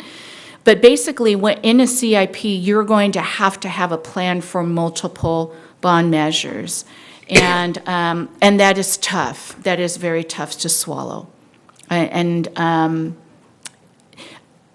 in California, it's truly the only way to survive long-term. Once it's all grounded and taken care of and everything is back up to speed, then it's that maintenance part of it. But I even think that our district needs a better maintenance long-term plan, because how do facilities get to a point like that? How can facilities not be touched in those intricate classrooms and the settings of the classroom for so long? How can that be? And that's on really all of us of what a true maintenance plan looks like. And just correct me if I'm wrong, we've actually made decisions to kind of, as I mentioned earlier, that a lot of this was before possibly us, kind of how we've managed money over time and facilities. So we all kind of own this over time. Mm-hmm. And so my understanding is you made some changes in the areas of facilities oversight as well. When the board talked about the priorities of the bond, that was very clear for us, at least when coming on board, to hear what that was. I mean, there was discussion about whether or not we were able to put a new building on the River City High School campus, like a science building. And I know that was slated. I wasn't here for those discussions, but I know it was there. Those discussions were had, and people believed that. The question, the reason why priorities are made is because sometimes things come up, such as at Westmore Oaks, when the roofs were actually coming down while the kids were transferring and transitioning class to class. They're literally coming down on top of the kids there while they're walking. Our district office, all of the roofs, leaks all over the place. You should see our bathroom. Nobody would want to use the bathroom that we use in the women's bathroom at the district office. Everybody would say it is inappropriate.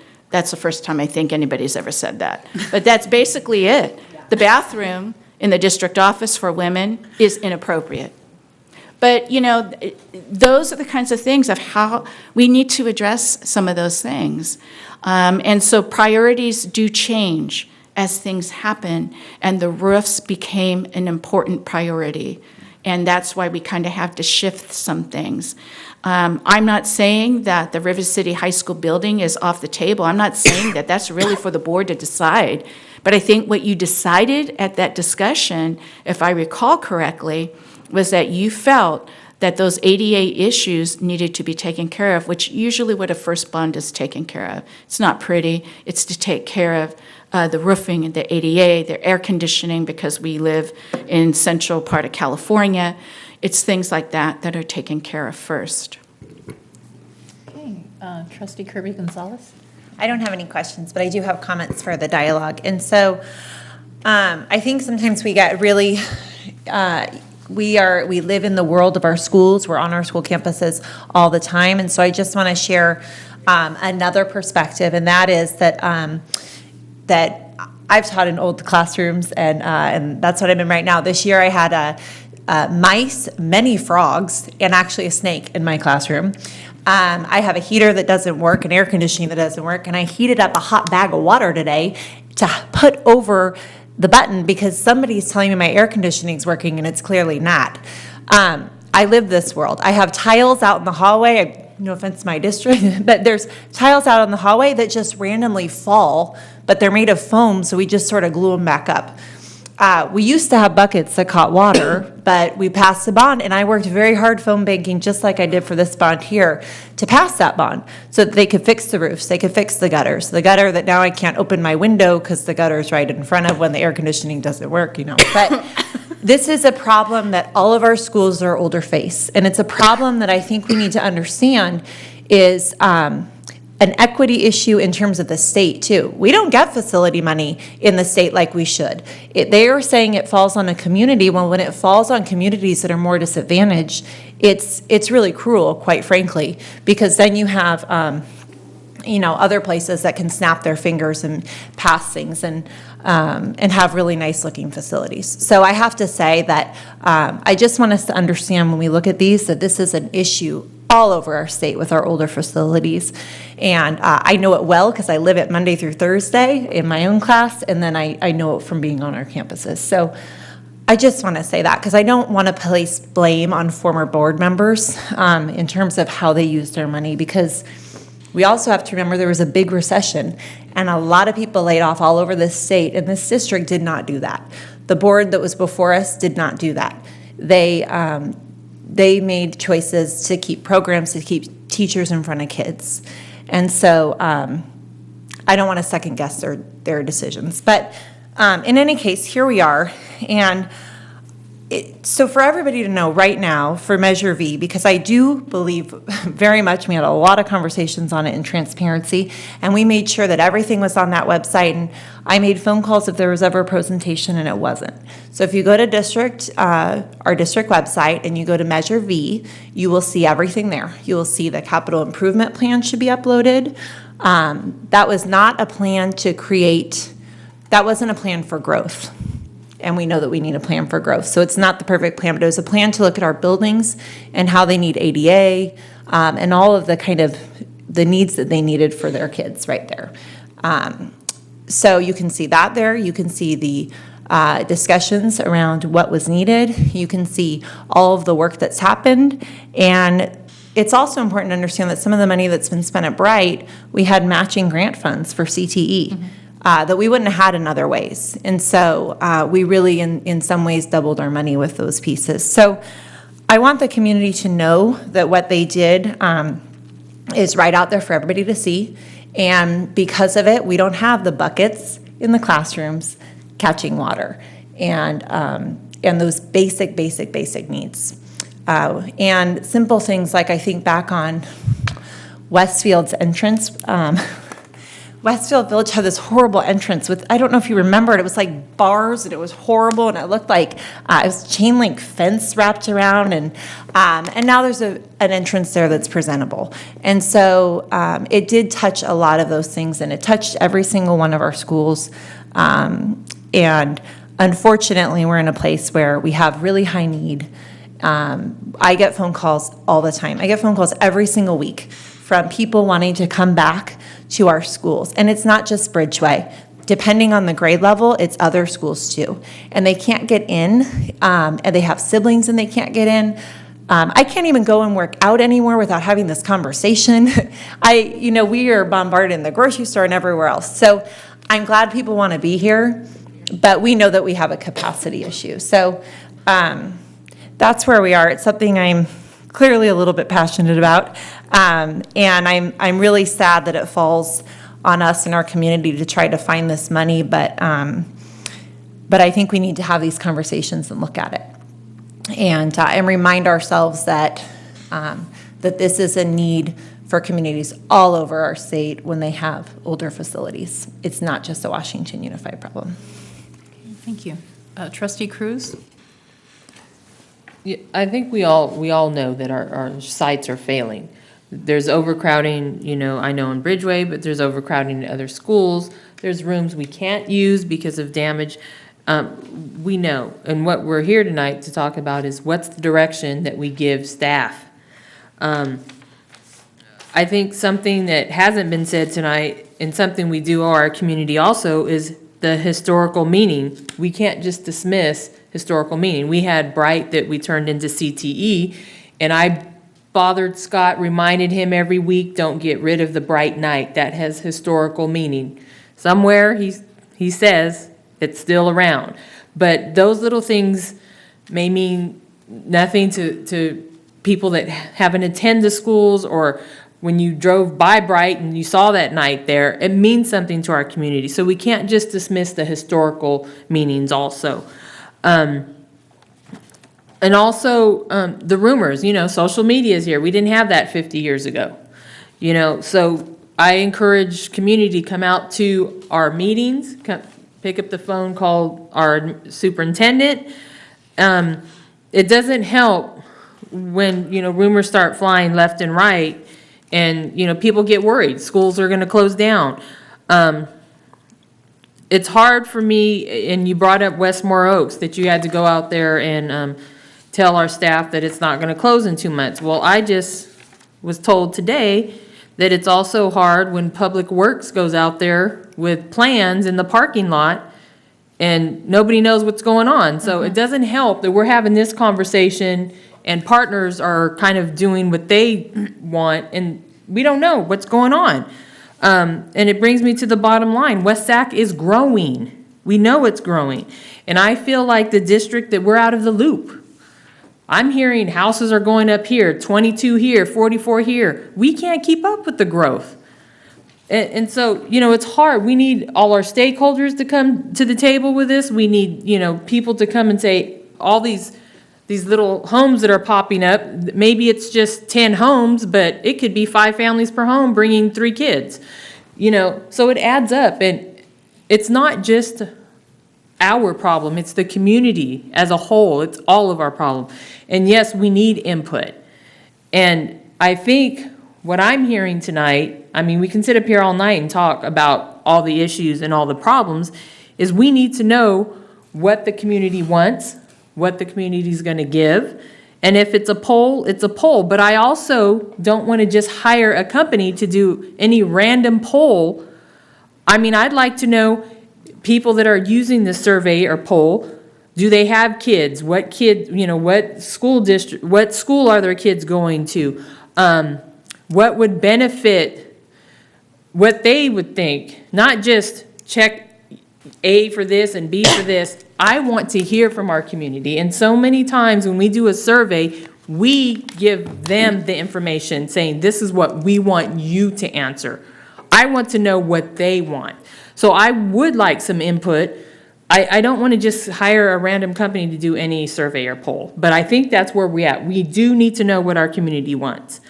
And I'm tired of hearing accusations about people making comments that I'm stirring up the pot in the community with a few community members having them come and complain. No, I'm talking to communities. I'm talking to parents. I'm talking north, south, east, west. I always said this is West Sac. I don't care north, south. There's equity on both sides. And yes, we need to do something. And I think we need to know what the community wants and not very just what we want them to answer. And the one question I had for Superintendent Luna is our facilities consultant. Did he assess all of our school sites or just the 2 sites that came out during our presentation? I don't recall. He went to seven sites, and actually, he didn't even go into Bridgeway Island, he just drove around the outside of it, he just had enough. So, and I apologize, but was there a report made on all 7 sites, or was there any kind of? No, it just the 2 that stood out the most, in terms of the overcrowding, in terms of Westmore Oaks, with the classrooms that we're not able to use, particularly in the older parts of the buildings. We went out to Elkhorn and saw some concerns in terms of where the preschool is, next to apartment buildings, things like that is what he saw. He went out to Westfield to see how small the school was and how the layout is of it, and the work that was done in the front office, which he didn't get to see what it was before. So they went mostly to the North End schools, and then we drove through around Bridgeway Island's perimeter. So was there a report of any kind produced? There's nothing in writing that says, I mean, I know the 2 schools, we got that presentation, but, I mean, we're talking about making a plan and doing priorities, and it's kind of hard if I don't know the big picture and what, you know. I'm not sure that they actually have been given direction to do that. We can certainly ask them to do that.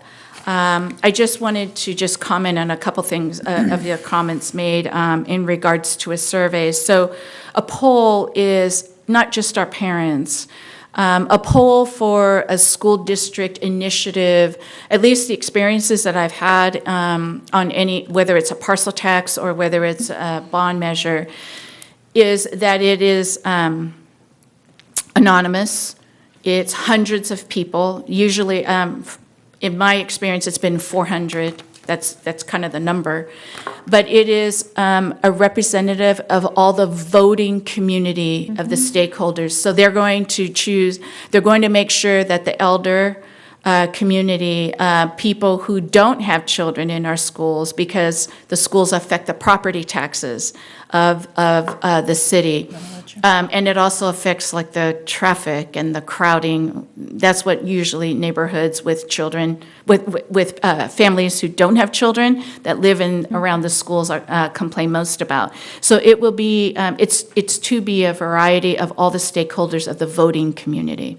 And I understand that, but I would like, in that whole poll survey, I do want to know if they have kids or not. I mean, I think they will ask some of that, yes. Yeah, that's just my concern, is it would be nice to see the questions. Okay, excuse me. Trustee Pizzotti wants to just make a quick comment. Yeah, I just wanted to possibly answer that question for you in terms of polling.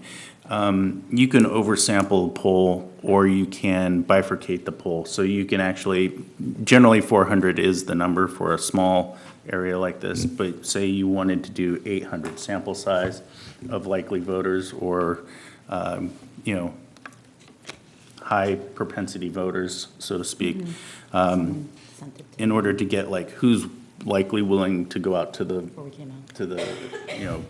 ballot box and support this, yes or no.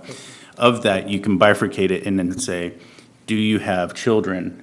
And you're gonna know, which portion of the district these people are in. So, it depends on the sample size. Like, the size of the district is, there's about, maybe in the south area is maybe 1/3 of the district. In the middle section of the city, there's maybe another third, and in the north area, there's another third. You can get a sampling from each representation to know where the parents are and what they're willing to pay for, to get a general idea. You could say, do you live in the north? Do you live in the south? And I understand the polling concept. Right, so I'm just saying, I just you think can it's get those important we have questions. an input. Right, you can get those questions answered if the direction was given to, say, bifurcate the poll or spend a little more money on oversampling and figuring that out. So that's just my point. I have a question, Superintendent Luna. The polling, would that still come out of Measure V money since? So in the Measure V bond, in the original placement of it, there were money set aside specifically for future planning of a bond, which includes the polling. And we, of course, we have not even come close to exceeding that. But there were monies set aside specifically for a poll, for future bond planning and things like that. Are there any more questions or comments? No? I mean, it makes a lot of sense to have more information about whether or not we should proceed. And right now, we're operating a little bit blind about what we should do, and a poll makes a lot of good, logical sense, right? Instead of kind of just dispel all the rumors of the board has decided this or decided that, we just can't, let's just see what the poll yields. Yeah, I think we're all in agreement that a poll needs to happen. I mean, so if I'm hearing everybody correctly, and it seems like that's the direction that we're going, is that a poll does need to happen. So If I may suggest, President Alcala, I'd like to be able to ask two trustees to help be a part of that planning committee, because I'm hearing the interest on that. So if I may go ahead and work with two trustees on that without the board putting a committee together, it would be superintendent's work, superintendent's committee, and it would just be part of the planning. And I'm seeing hands, so are you? I would just for board input and things like that. Right, okay. Thank you, Superintendent Luna, that's great. Okay, so let's move on and to our public out there. We've often asked you to please come forward.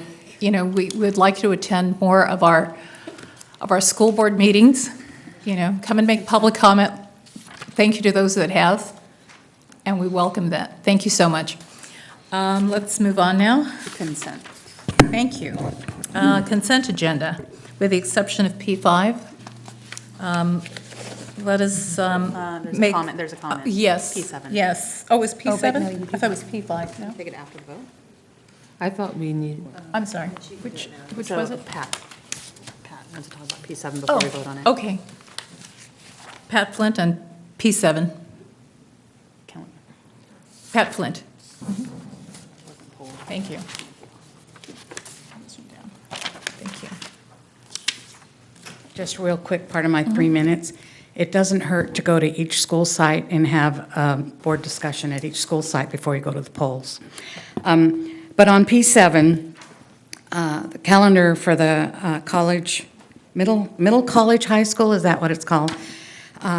My suggestion is, and you have to remember, I think as a board member, not as a public member most of the time, is that if you're going to put the college, middle college, high school on this calendar, maybe the high school needs to go on this calendar also to allow our high school students to also be able to take city college classes. Okay, thank you. Okay, so we have motion by trustee Pizzato. Do I get a second? I will Consent second. agenda, thank you. Seconded by Sarah Kirby Gonzalez. All in favor? Aye. Aye. Unanimous consent. Okay. Okay, very good. And we will now move on to P5. has a comment. Oh, I'm sorry. Who has a comment? Linda. President I'm sorry. Alcala, Michael Reed is going to be introducing now our new principal for Stonegate School from the consent agenda. Thank you. So with your action and approval of the consent agenda and certificated recommendations, you have approved the hire of Mr. Jay Burns, Dr. Jay Burns, I should say. So he is here. Would you introduce your guest? My wife, Mrs. Burns. All right, he's got that down. That's good. So Dr. Jay Burns comes to us as a longtime educator. We're very excited to have him. He's a Sac State grad, so I'm going to take you back a few years. He actually graduated the same year I did.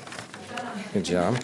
So he's currently the principal at Lincoln High School and has put in a number of years there. He's so good that he's actually been a principal coach. So that means he's coaching sitting principals in the area. He's been a principal at the middle school level, at the elementary level, also a vice principal at the middle school level, and a teacher at both the elementary and middle school levels. So he comes to us with a lot of great experiences that will set him up to be an outstanding K-8 principal for Stonegate School. And just a few other quick highlights, because he's sat here long enough, we need to brag about him a little bit, right? So he's a strong advocate of college and career readiness and has done that work at the high school level, so understands how to do the work to align our K-8 programs to that purpose. He is a strong advocate of response to intervention, multi-tiered systems of support, and has implemented PBIS at his schools. He's actually very familiar with Kevin Bracey and the work that he does for our district. He's been working with him at his high school. He's has provided professional development for the Common Core standards and the next generation science standards. He has a background in AVID. He's coordinated and put together technology plans and has supported staff in the implementation of professional learning communities. So with that, I think we've made a fine hire, and we are ready for him to take over at Stonegate School as we move into the next year. So welcome, Jay.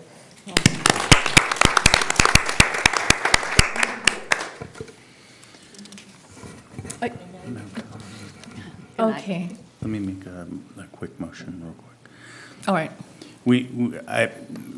Just like a point of order, I think we actually need to make a motion to rescind the consent agenda to amend the finish time of the April 14th special board meeting. Is that not correct? That would be correct. Okay, so we would need a second. I'll second. All right. All in favor? Aye. Aye. Okay, now I'd like to make a motion to amend the time in our minutes from 11:45 to 12:45 for the April 14th special session. I second. Okay, all in favor? Aye. Aye. Unanimously passed. Thank you. Okay. You amended it, now you have to approve it. Right, exactly. Now we have to go back Now the final to the, votes. yeah, to consent agenda, exactly. Okay, so I need a motion. I move. Second. Second, Sadi, all in favor? Aye. Unanimously approved. Thank you. Okay, very good. P5. Which one was it? Who do we have? One on Q1. All right. Human resources. But yes, that's towards the end. Okay. So, Action. right, after action. Okay, so we are moving on to the approval of employment agreement with the Washington Unified School District, Christopher D. Mount Benitez for the Chief Business Official commencing on July 1st, 2018, and terminating on June 30th, 2021. Michael Reed, thank you. Yes, so we are requesting approval of the employment agreement with the Washington Unified School District and Christopher D. Mount Benitez for the CBO position in our district. The former position of the Assistant Superintendent of Business Services has been vacant since the fall of 2017. The district advertised and recruited for the vacant position with very little competitive, qualified applicants with the skills and experience to serve the needs of the Business Services Department. The Board of Trustees approved a revised job description and salary schedule that is commensurate with the title and responsibilities most school districts in California have moved to, which is the position of a Chief Business Officer. Under the supervision of the superintendent, the CBO will be the supervisor over the business and operations of the non-instructional programs of the school district. The direct supervision will include the services of fiscal, payroll, facilities, food services, maintenance, operations, and transportation. Big load. The district has chosen to not fill the vacant position of Director of Facilities. Instead, the CBO will oversee facilities and work with project management as large construction projects outside of the regular maintenance occurs. In his educational career, Mr. Mount Benitez currently serves as the Associate Superintendent of Business Services in a large school district. He also served 4 years as the Chief Financial and Operations Officer at UC Berkeley in the Division of Equity and Inclusion. Mr. Mount Benitez has also served as the English and Social Studies teacher, elementary and high school principal, and the Director of Curriculum and Instruction. We believe we have found a very good person to come here and work in our district to serve our needs moving forward. I, for one, am very excited to have a partner in the work that HR and Human Business Services does, because we are very much tied at the hip. So, Okay. no. I need Can I have a your, public comment? right, we have a public comment. I'd like to make a comment. Pat Flint? Oh, you put the wrong number down? Okay. All right. We don't have. No? So I'm What's the right required to read this. I'm sorry. I'm required to read this. Okay. I just have just a quick comment saying thank you for selecting us and welcome. I don't know if you've been told, you do have some big shoes to fill. And I am excited that you'll bring fresh ideas and fresh eyes to the district and look forward to working with you. Thank you. So I'm required to read this. Thank you. Government Code 54953 went into effect earlier this year and requires that the board orally report a summary of a recommendation for a final action on the salaries, salary schedules, or compensation paid in the form of fringe benefits of a local agency executive. The chief business official qualifies under the definition of agency executive. The board has taken action to hire Christopher D. Mount Benitez as the chief business official for the Washington Unified School District, commencing on July 1st, 2018, and terminating on June 30th, 2021. The annual salary for 2018-19 school year is Step 4, $183,001.09. And for 2019-20 and 2020-21 school years, the annual salary will be Step 5, $187,625.24. In addition to the salary, each year, the chief business official will receive an annual car allowance in the sum of $3,600. The chief business official shall receive a one-time reimbursement for up to $2,500 for relocation expenses. The chief business official shall receive district-paid health, dental, vision, and other fringe benefits in the same manner and subject to the same limitations as other district administrative employees. Those benefits are as follows. Annual benefits contribution of $11,333.20 for medical insurance premiums and $687.92 for dental. The chief business official membership in the Association of California School Administrators, the California Association of School Business Officials, and School Services of California shall also be paid by the district. The chief business official shall also enroll in and complete the final crisis management assessment team, school business management certificate program, and the Washington Unified School District shall pay the enrollment, materials, fees, and travel expenses associated with the program. I need a motion to approve. I'll make a motion to approve. I need a second. I'll second. All in favor? Aye. Unanimously approved. President Alcala, I would ask for just a moment to, and Alicia, you stole a little of my thunder, but it's okay. But I want to introduce to you Mr. Christopher Mount Benitez. Thank you. So, Christopher, do you, if you have a guest to introduce, or you have a couple words to say? Thank you for hanging in there. I don't know how many words I have to say. I do have my husband here with me this evening, Alexandre Benitez Suarez, and I am very much looking forward to coming here with you. I appreciate the thank you, but actually the thank you belongs with your superintendent. When I met with she and your cabinet, it convinced me to come. So honestly, I'm pleased to be coming, pleased to be making the move with my family, and very much looking forward to it. And enjoying the conversation this evening about facilities and bond. You have a lot of work ahead of you, possibly. I just sold $125 million worth of bonds yesterday on the open market. So That's great. That was a fascinating discussion to listen to. So if you need any pollsters or demographers, we're ready to go. That's fantastic. Welcome. Thank you. Thank you. Welcome to your family. Okay, so now we are moving on to Q2, presentation and approval of independent consulting agreement with Emergency Preparedness Group for 2017, 2018, and 2018-2019 school years, educational services. Good evening, President Alcala, Board of Trustees, Cabinet members.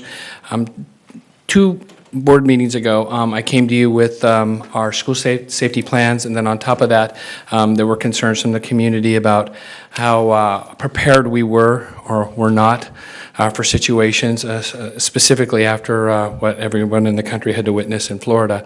So we brought the idea to you that we were going to reach out for some help for someone that's more expertise than we do in this area. Tonight, we are giving a presentation and hoping for the approval of the independent consulting agreement with Emergency Preparedness Group. It's my pleasure to introduce to you John Ortega, the CEO for that company, former law enforcement. He'll tell you a little bit more about himself as he gives you this small presentation. Good evening, thank you. Board President Alcala, trustees, Superintendent Luna, staff and community. My name is John Ortega. I'm just going to cover briefly about who we are, who I am, our company, what we do, who we worked with, to kind of give you a snapshot and an understanding and perspective, and then by all means, any questions you may have. This is just kind of give you a snapshot of kind of our leadership team here in itself. You know, myself is about 24 years of experience in law enforcement from the levels of captain and chief. I've had the great pleasure of attending the FBI Academy. So I was there as part of my leadership training in law enforcement, and I'm also coming to you as a Department of Homeland Security instructor. So I teach across the country for Homeland Security also. As part of that is also federally hazmat trained, so there's a few of us that have the hazmat certification training as well from the federal perspective. And then also was able to attend other trainings in New Mexico. They call it incident response to terrorist bombings. And so I was able to attend that training as well. So as you can see, we come with a lot of experience here at all different levels. We also have a medical doctor who's part of our team who's an emergency trauma doctor, who's also a FEMA responder as well, who helped respond to 9/11 and all the other disasters along the way. So it's just to kind of give you an idea on what you're going to receive here at the school district in itself. So when we talk about this, we want to look at this in 4 phases, and so this is the idea of when we come to you and come to the schools, it's all about the prevention mitigation. You know, that's a big thing right there. Then we talk about preparedness, we talk about response and recovery. How does that all look? It's kind of a fan wheel, it's a continuum that continually goes, it never stops. You know, we look at safety team, multi-agency collaborations, that's paramount. That's what we're talking about, dealing and working with between the school district, the police department, the fire department, Homeland Security Department, those individuals that you want to bring to your entities, to your school sites. And so then when you start to develop your safety plans, that's all critical in itself when you're developing those plans. And then once you develop that, you're going to now look at doing drills, exercises, doing training. How does that look like? What does it look like? Who does that involve? And that involves the staff at your school site who's identified as your emergency response team members. So we train them. So as you can see, what we're trying to establish here is building a foundation. And once we build the foundation, just like building a house or building some of your schools you're talking about, is we want to go up to that level. So we're going to continue to do that and coordinate that efforts between all those entities that I spoke of in itself. One of the things we did do just across the river is when we worked over in Thomas, eventually after a 2-year collaboration working with them and all the entities in themselves, we actually did a full flood evacuation drill with them. And so that took on a lot of efforts amongst everybody. And so we're talking every school, every bus, every city bus, levee systems, Homeland Security, fire, everybody was included. And so that's what the level we'll bring to you as well. And that's what we're looking to do also, because we understand that you have some challenges with potential flooding also. So those are the things as well. So as I say, the scope of services, we come to you with a myriad of them, and some of the things we'll be able to present. You know, the top left is a photo of when, I don't know if some of you are familiar with the community emergency response teams. In other words, CERT for the communities. How can the communities help in a disaster? Things like that. When we do presentations, when we do trainings, we also will come and do parent trainings. whether it's in Spanish, English, or if you have another language, then we can find somebody to present in that language, whether it's on cyberbullying, whether it's on safety and security, whether it's on internet safety, whatever it happens to be, that's what we'll present it on, and we'll work with staff on that to see where those challenges are, where the schools are, what languages are best spoken in whatever area of the district. And then also providing the training at the district level. So what we like to do is create an emergency operations center. So what does that mean? What does it look like? Who's part of that? And that's part of when we work with the district administration and creating that and getting them trained to that level. And then we work with the school sites and train them as well. How does that work? You know, what is the incident command system? How is that relevant to a school site versus, well, is it emergency services only, meaning police, fire, and EMS and others? But no, in all reality, under state law, it is part of those components also, and you have to incorporate those. So again, bringing that to the forefront of being Homeland Security instructors, you're going to receive that additional type of training, or your staff is going to receive that as part of that. And as I explained earlier, and how we're going to be able to do that and get that going, so when we do develop not only that component, but also doing the training and drills aspect of it. And then also too, last year we kind of went on a tour and we did active shooter drills or active shooter presentations. We did 4 in the state of California. And then we just did one recently last year in a district down in the Central Valley on an active shooter drill itself. And so that district in itself, the superintendent wanted to participate. I'm not suggesting you, superintendent. But they wanted to participate to see what are the realities and how would they feel as part of that drill as also. So those are the things, but again, it takes that level of training to get there before you jump right into it. And that's the coordination and efforts of working together between your police department, your fire department, and other entities so that you can become effective in those areas.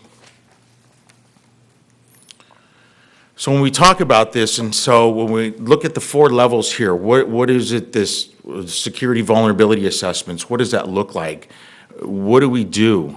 How do we do it? You know, those are the things where we go and look into what we call look into the weeds of a school site at all the vulnerabilities having to do with safety and security. And then so once we develop those reports, then we say that complements the safety plans. Now we know how to write those safety plans in coordination with those vulnerabilities, so that now we know what direction to move as far as trainings and things of that nature. And we work with your staff as far as those vulnerabilities, what do they look like, things of that nature.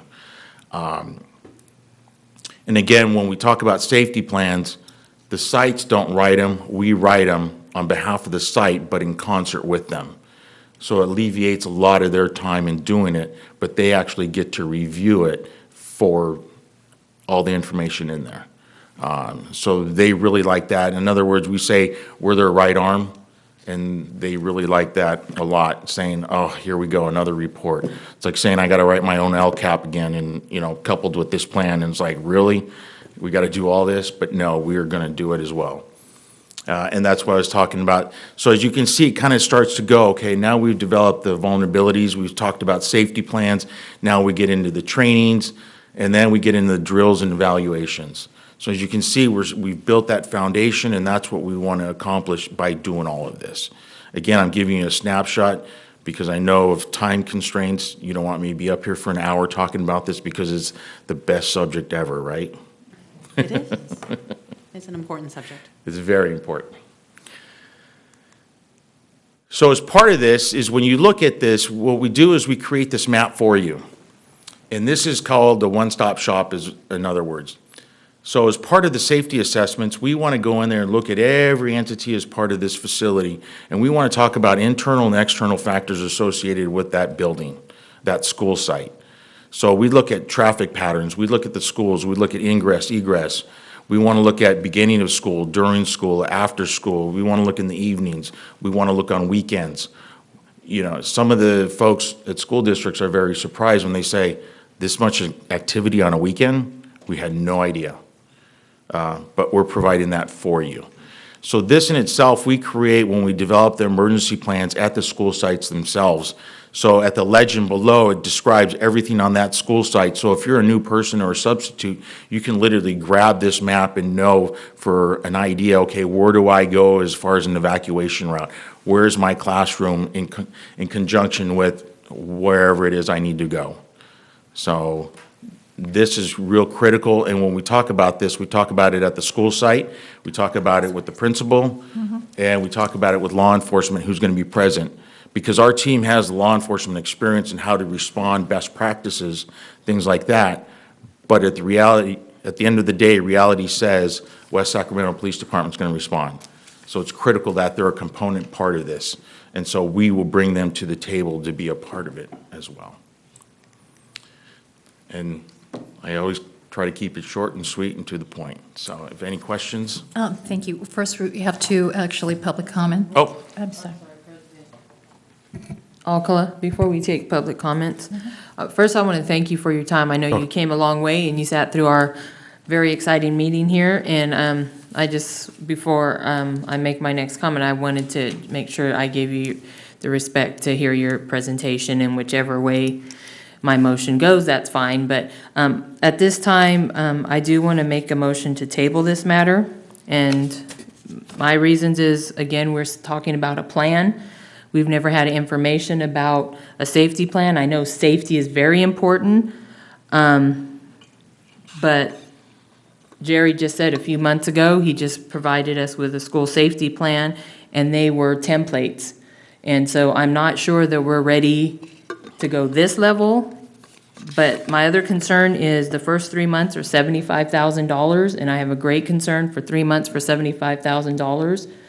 And I just don't know that we're ready for this level. So at this time, I'm just going to make a motion to table it, whichever way it goes, but I'm just going to make a motion to table this item. Okay, we have a motion. Do I get a second? I will second. Then we need to have discussion. No, we have discussion. All right, Do public comment first. discussion on the motion. Well, there's a motion on the table. Right. Okay, Normally we do board that. member.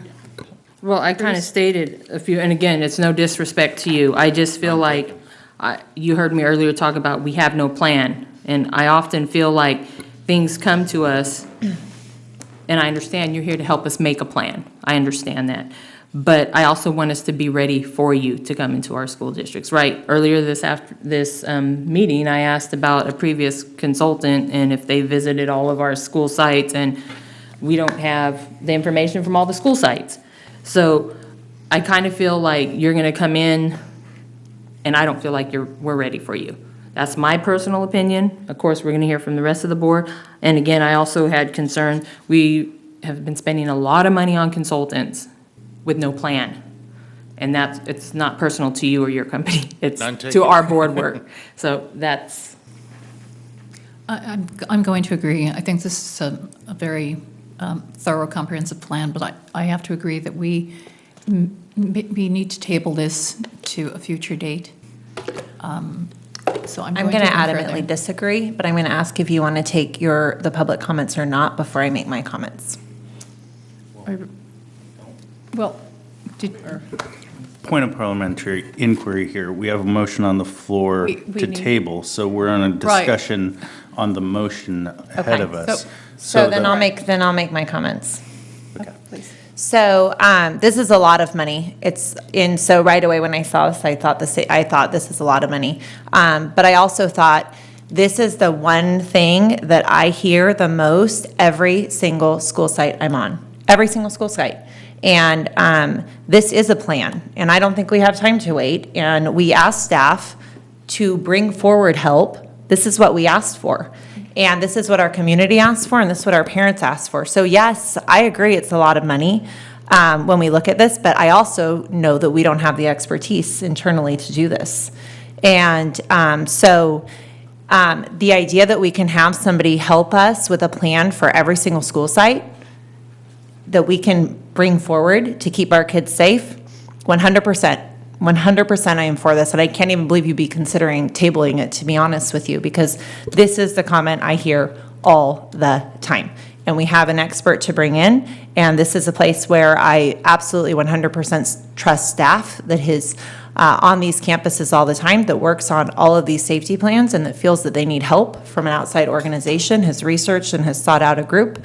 And again, this is the comment I hear from every single parent, family member, community member, everywhere I go. I hear this before I hear a whole lot of other things we talk about in this boardroom.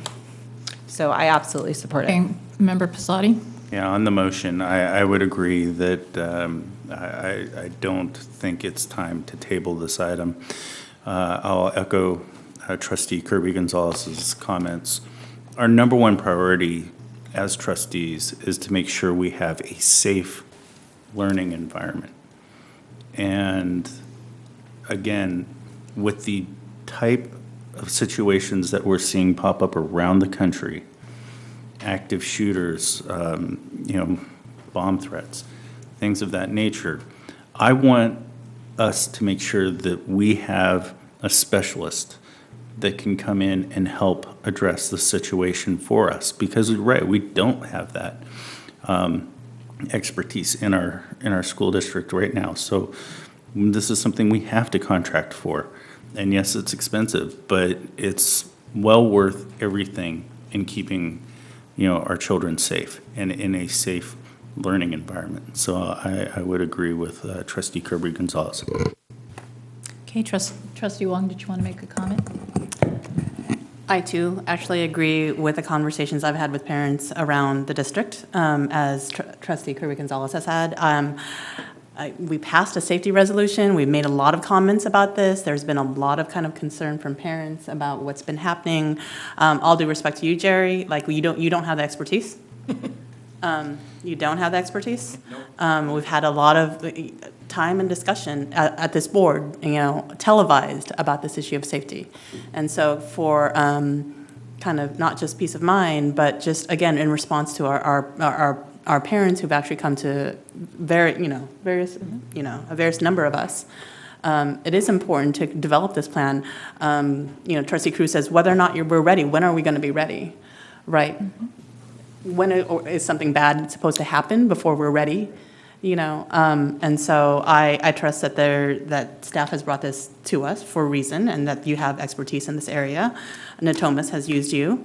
And so there are other districts around the area who have used you in response to the need from parents and safety and students. So I don't know if you want to make the motion again and have us. I have one more comment. Okay, excuse me. Okay, very good. Trustee Cruz? First of all, I'm entitled, just like any trustee, to table something, and I did, and I would respect the same of other board members. And as part of the plan, I have never heard of us discussing to hire a consultant to come in and do this. I am not saying it's bad, I'm not saying it's good, but I'm entitled to my opinion, just like the rest of you are. Absolutely. And other people in the community continuously are asking us about all these consultants that we are hiring. And personally, we cannot give larger raises. We cannot do a lot of larger things because of all the consultants that we are hiring.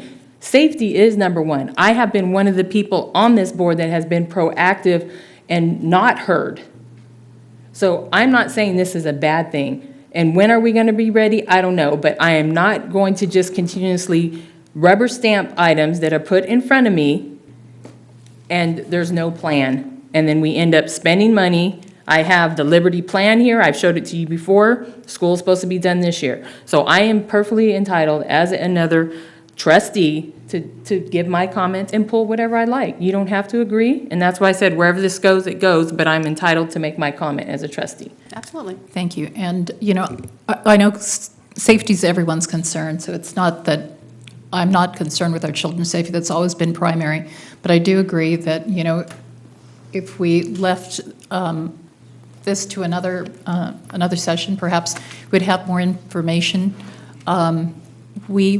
This is the first time that we've heard this presentation. So I think that was one of the concerns that I had. And we haven't had actually an opportunity to really hear from our public. We often ask for our public comment, and we never had an opportunity to have the public comment done. And I know we have this motion, so may I ask for some clarification in parliamentary? Would I be able to receive public comment with this motion or not? At this point, no? All right, so we have the motion on there, when there's a motion. Oh, it's a table. So we have to vote, all right. Because you seconded So, it. There's okay, so we have the motion on there. And those in favor, vote aye, of tabling this to another time. Aye. Aye. Those opposed? No. No. No. Okay, those in opposition are the ones that win, basically. Okay, thank you. No, there, you have public comment, and then there needs to So be a now we do motion to have public approve. comment. Thank you, Pat.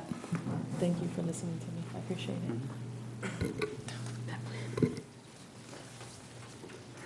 Well, I'm sorry you took that vote before I had a chance to speak, because safety is number one concern on everybody's mind. My problem with this tonight is, we talked about earlier the city not talking to you. Now you're not talking to the city, because we have police, fire, and first responders that go to every incident at our schools. You should have at least spoken to them. You should have at least had a few meetings with them to see if they have a plan in effect, to see if this consultant could help them as well and split the costs. So, again, I'm sorry you had the vote before I had a chance to speak. And comment from, I'm sorry, it's from Laura? Yes. Jameson?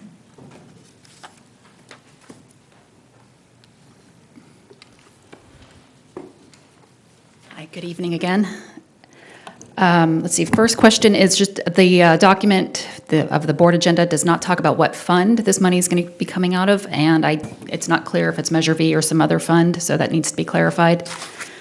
I'm guessing the assessment's going to be done this fiscal year. However, for example, gates are going to be going in at River City High School this summer, so really that facility should not be evaluated until after the gates go in.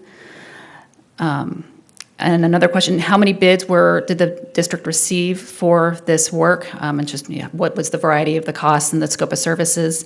I did notice on the planning documents, it talks about obtaining certs, certification and other certifications. I mean, is there maybe a potential that we can delay some of this work for other fiscal years? It seems a little late in this fiscal year to start getting staff certified to do some of this work.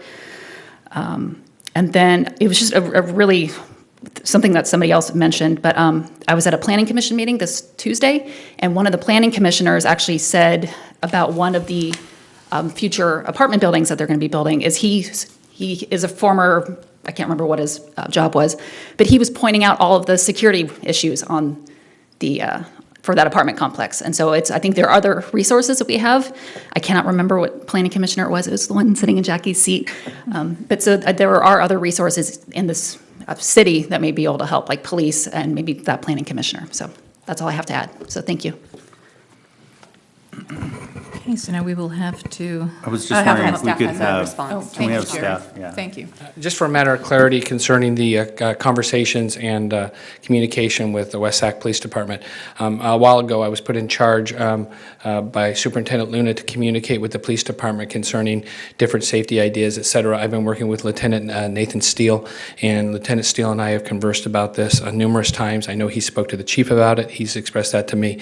And in his opinion, I don't know if he speaks for the entire police department, but that he thought a consultant situation would be real appropriate here, where there's a communication, where there's someone who's a liaison between the school district and the police department and fire department within the community. So just so you know that there has been communication between the two. Yeah, and can I One ask a at a time. question? Sorry. First, Trustee Wong and then Trustee Posada. And I recall that after the incident at River City, you had constant communication with the fire department, and there was some conversation. So I don't want to be remiss in the fact that our staff have been from my understanding, was in conversation with the city and the first responders.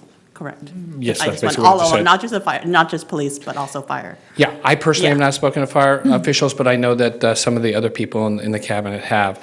And I know that it's a situation where, it's coming to you very quick. I get it. We were asked to respond to try to get something to help us with the safety situation. I can't speak for Mr. Ortega, but we had discussed it previously, and maybe he can concur or give some more clarity about it, that obviously the 74,000 and at 3 months worth of work, that's the development of the plan, whatever district they work with. A lot of times they might start the contract in September with that process. I think, and correct me if I'm wrong, Mr. Ortega, but he was willing to take the amount of money that was needed in the first year to develop the plan. In the second year, we just put on for management of the program, which is they do annually, take those two funds, split them down the middle. We could rewrite the contract where it could be split into 2 fiscal years, not the entire 74 in front and the 34 in the back, just so you know. Am I correct in stating that? Yeah. Now, I was just wondering if staff could just, Jerry, you or whomever can answer a question that was posed about which fund this would come out of. Yeah, I was told by our current CBO that there was funding to be able to get this work done. I can't tell you because I'm not part of that business department per se. It's out of one-time monies that are being spent. Okay, thank you. Thank you. Any more questions or comments? Okay, so I believe we need a motion here. So moved. Okay, second? I'll second. Okay, all those in favor? Aye. Those opposed? Those abstaining? I'm going to abstain And I will- at this time. Yeah, I will too at this time. Okay, so the motion passes. Very good. Q3. Do we have no comments? Okay. Very good. Approval to apply for Community Eligibility Provision CEP Business Services.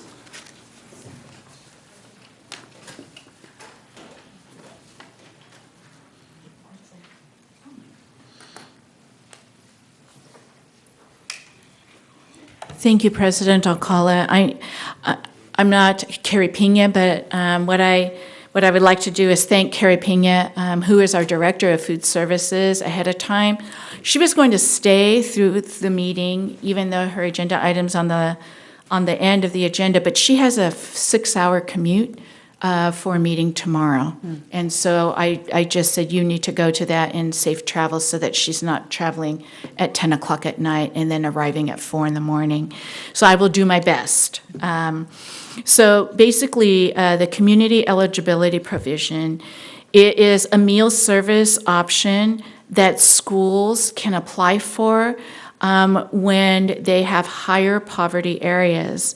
So what this community eligible provision is, it will increase not only the food services issue, but also address that more students are going to be able to eat without, it's addressing the lunch shaming concept that I know that the legislation has been talking about. This particular provision reduces this annual application where all parents every year have to turn in the lunch meal application, which really is a burden if you really think about 8,000 lunch meal applications and trying to get each one, because each application is critical to the district and the students' funding. Basically, what this provision is breakfast and lunch would be served at no cost to all students in the schools identified under this new provision. And students are identified under only if the free level. It is not free and reduced like we are in Title I funding, but it is only the free level. Basically, they are directly certified through different organizations, such as their participation in CalFresh, CalWorks, and the Food Distribution Program or Indian reservations. The extent of these benefits also can go to students within the same household. Participating in this provision is also open to our homeless students, our foster students, students who are migrant, and also students who are in our Head Start programs. So basically what this means for us in doing that, we are bringing to the board to apply for this provision, knowing that we will qualify as a group of schools. So the group of schools that qualify together based on their average of free meals at the poverty level of the schools would be Elkhorn Village, Riverbank Elementary, Westfield, Westmore Oaks, and Yolo High School, so that upon allocation and granting of this provision, the schools that I mentioned, every student would receive free breakfast and lunch. Okay, thank you. Board Member Wong? I'm so excited about this. You know, I've been speaking about this for almost a year now. And I actually want to give credit to Nakiba Gregory, who actually brought it to my attention. Just because it was not necessarily on my radar until she said, hey, have we ever considered this?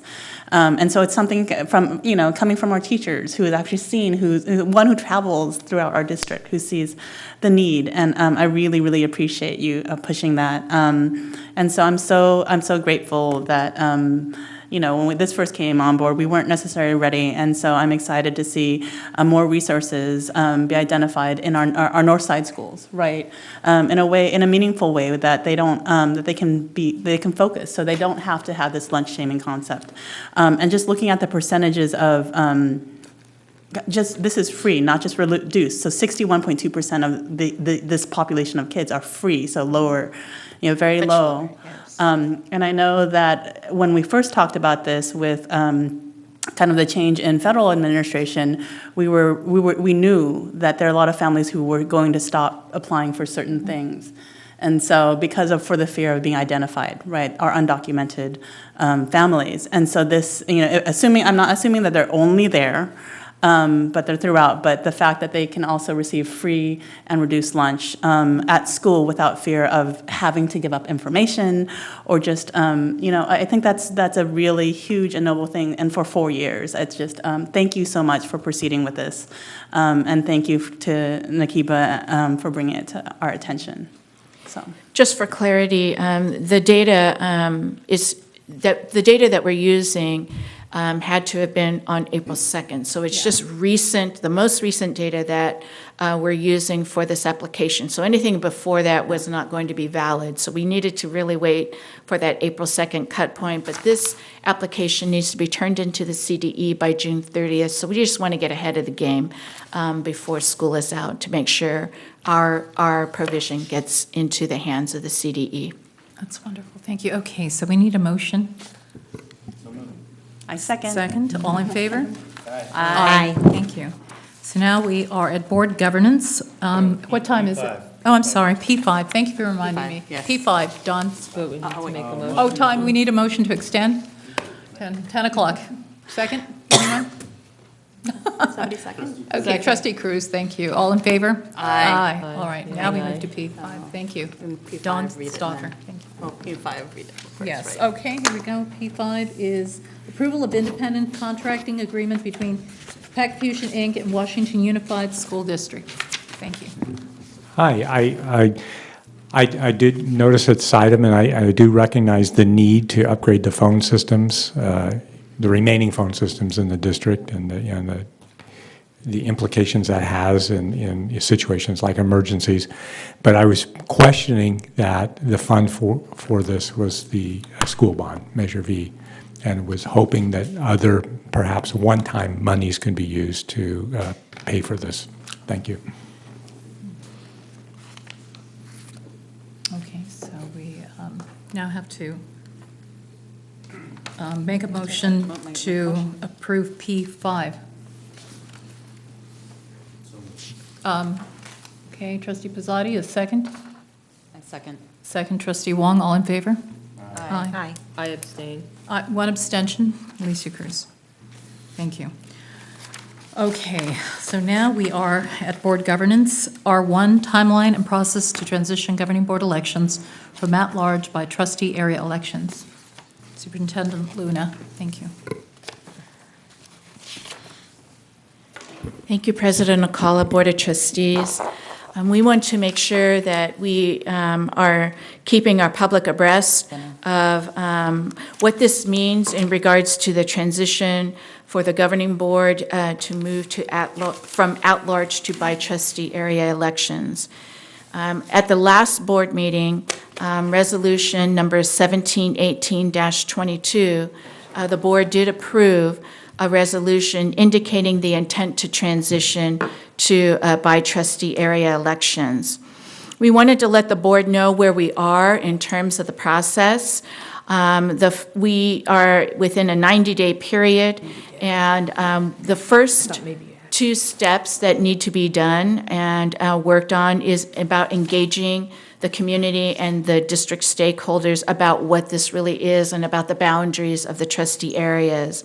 Currently, we're at the level of seeking proposals from and retaining an experienced demographer to assist the district with this particular process. What we're looking for in a demographer is a demographer who has done this for school districts, particularly here in California. There will be many public hearings. The public hearings in general will be in our regularly scheduled board meetings so that people know ahead of time when the board meets. A calendar has been approved, but all public hearings will be at our regularly scheduled board meetings. We will also host community forums out in the community in which people will be able to provide input. So our public will be able to provide input at our public hearings here at our regularly scheduled board meetings, in addition to the different community forums that will be scheduled based on the negotiated timeline with our legal counsel. Thank you. We do have some public comments. Okay. Thank you. Okay, first one is Laura Jameson.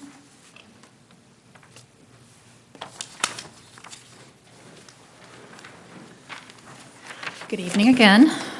I've been thinking about this since the last meeting, and I've come up, I think, with 4 general questions that I think the district and the board need to consider as we move forward. So the boundaries are going to be redrawn, or going to be drawn in 2010, or based on the 2010 census, then they're going to be drawn again with the 2020 census data. What's going to happen with development that goes in after the 2020 census? I guess I'm thinking of Liberty because that's probably going to be the biggest one. But how are we going to handle those developments? It's not going to impact not only Southport, but also the north side of town with Washington and Bridge District developments. At the last meeting, Board Member Pizzotti mentioned a 7-person board, and I think, I don't know what would be better, 5-person or 7-person. And I think that's where we need to look to other communities that have done this with a similar size, similar demographics. Does a 5-person work? Can they get 7 people? So just take a look at that as we move forward, what would be best for our community as a whole.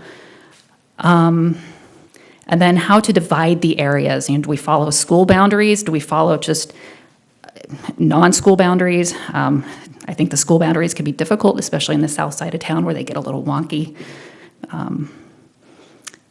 So just that, I guess that's just, I don't have any ideas of what to do, but that's something we really need to consider.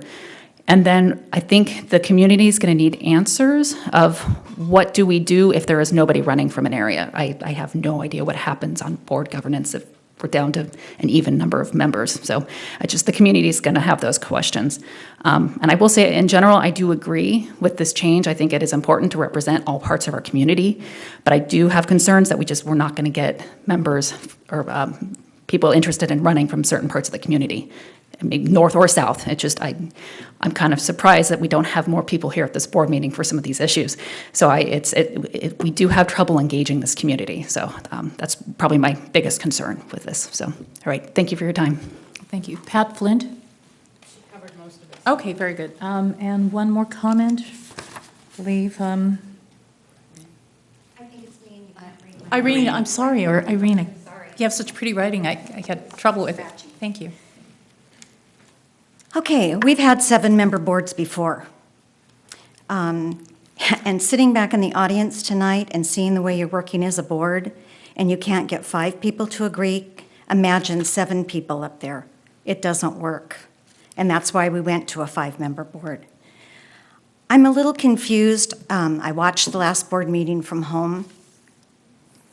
And I'm wondering why the resolution was brought to a board meeting so abruptly, and why there was no discussion with the board or the community prior to a resolution being brought. I think it looked really bad to the public, and you all look like you were totally like deer in headlights. It was pretty scary from home. To me, this is a very important thing. I don't know enough about it to make a decision, although my knee-jerk opinion is it sounds like a good thing, but I'm not 100% sold.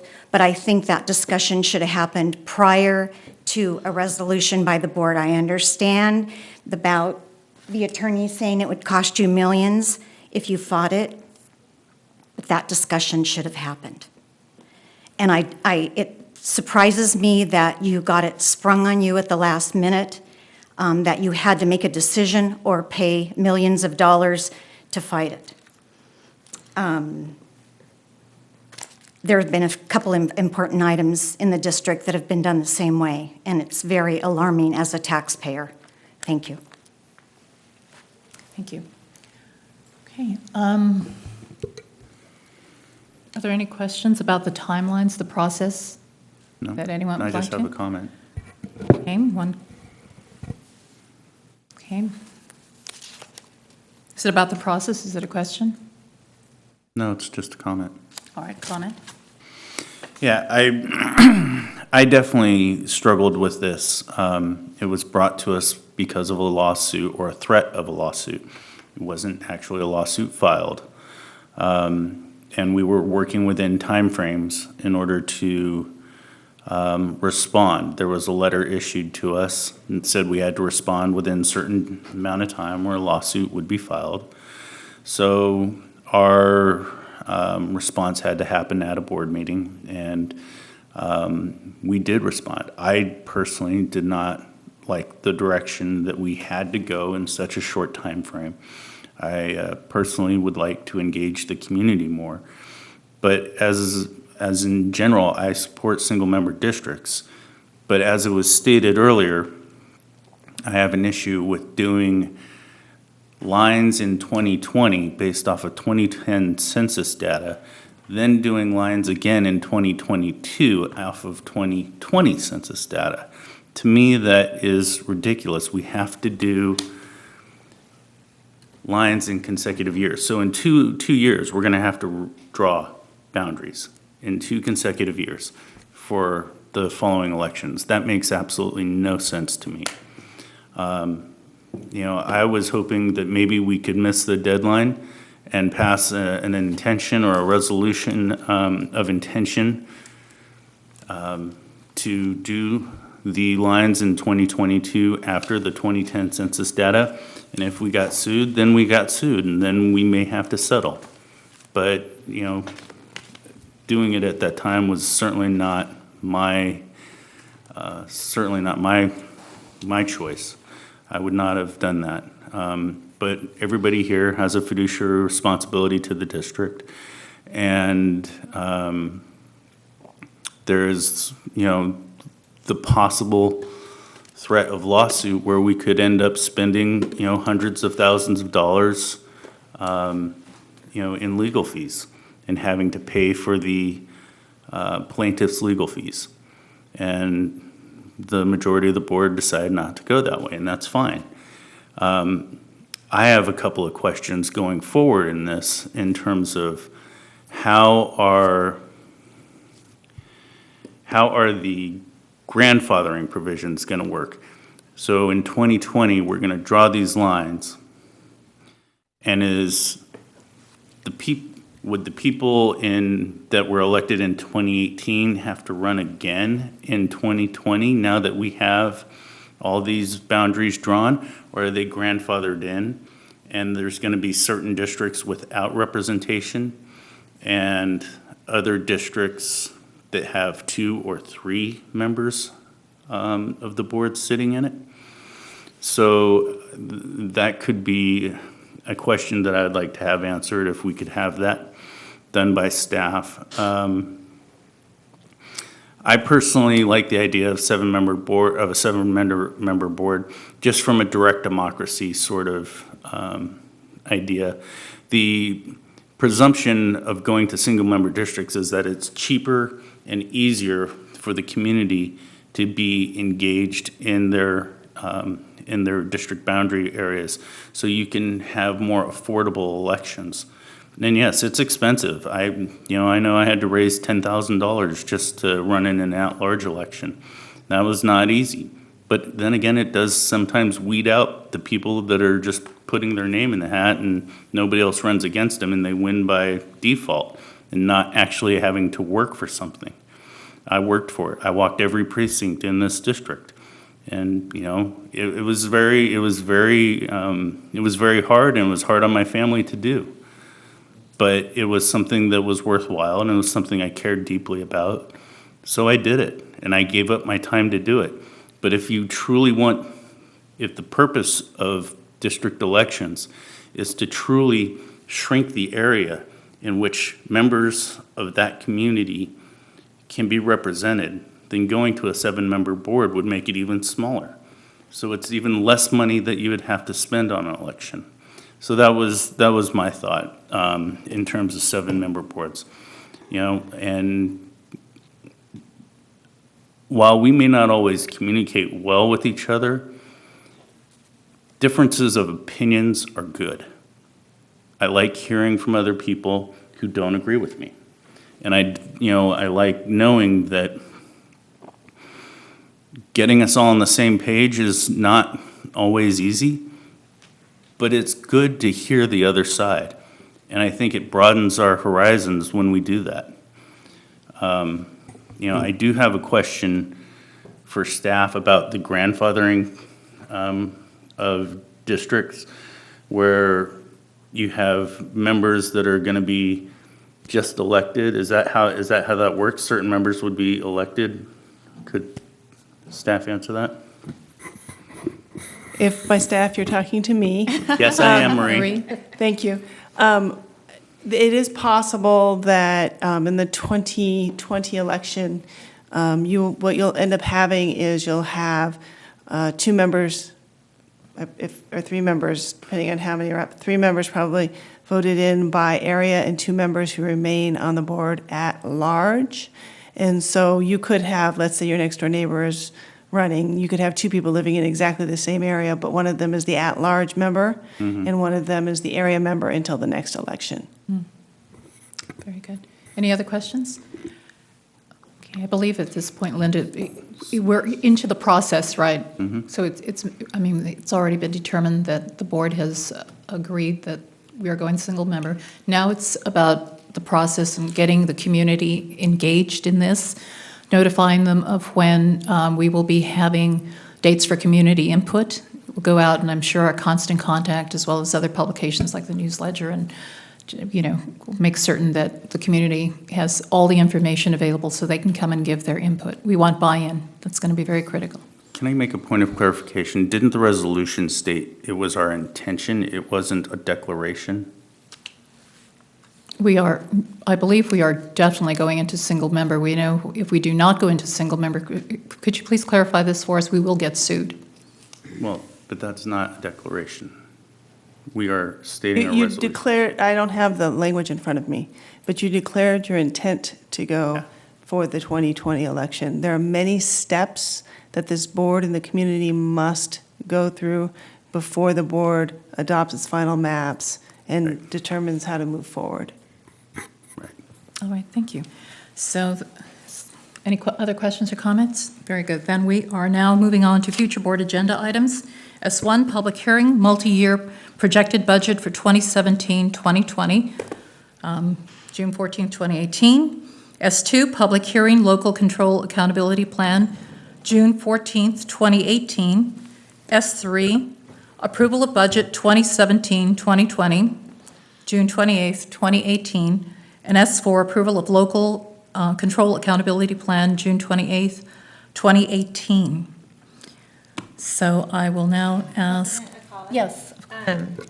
I would like to ask, just so it stays as a placeholder, not to put pressure that it needs to happen, you know, whenever the timeline is, but that we keep on the future board agenda items, that trustee Cruz and trustee Posadi are working on the handbook, to leave Okay. it as a placeholder. All right. And then we had discussed, and this could be at our board governance meeting, or it could be on our agenda, it could be either way, but getting our board budget. And so I would ask for that to be looking at our own budget that we have. All right, very good.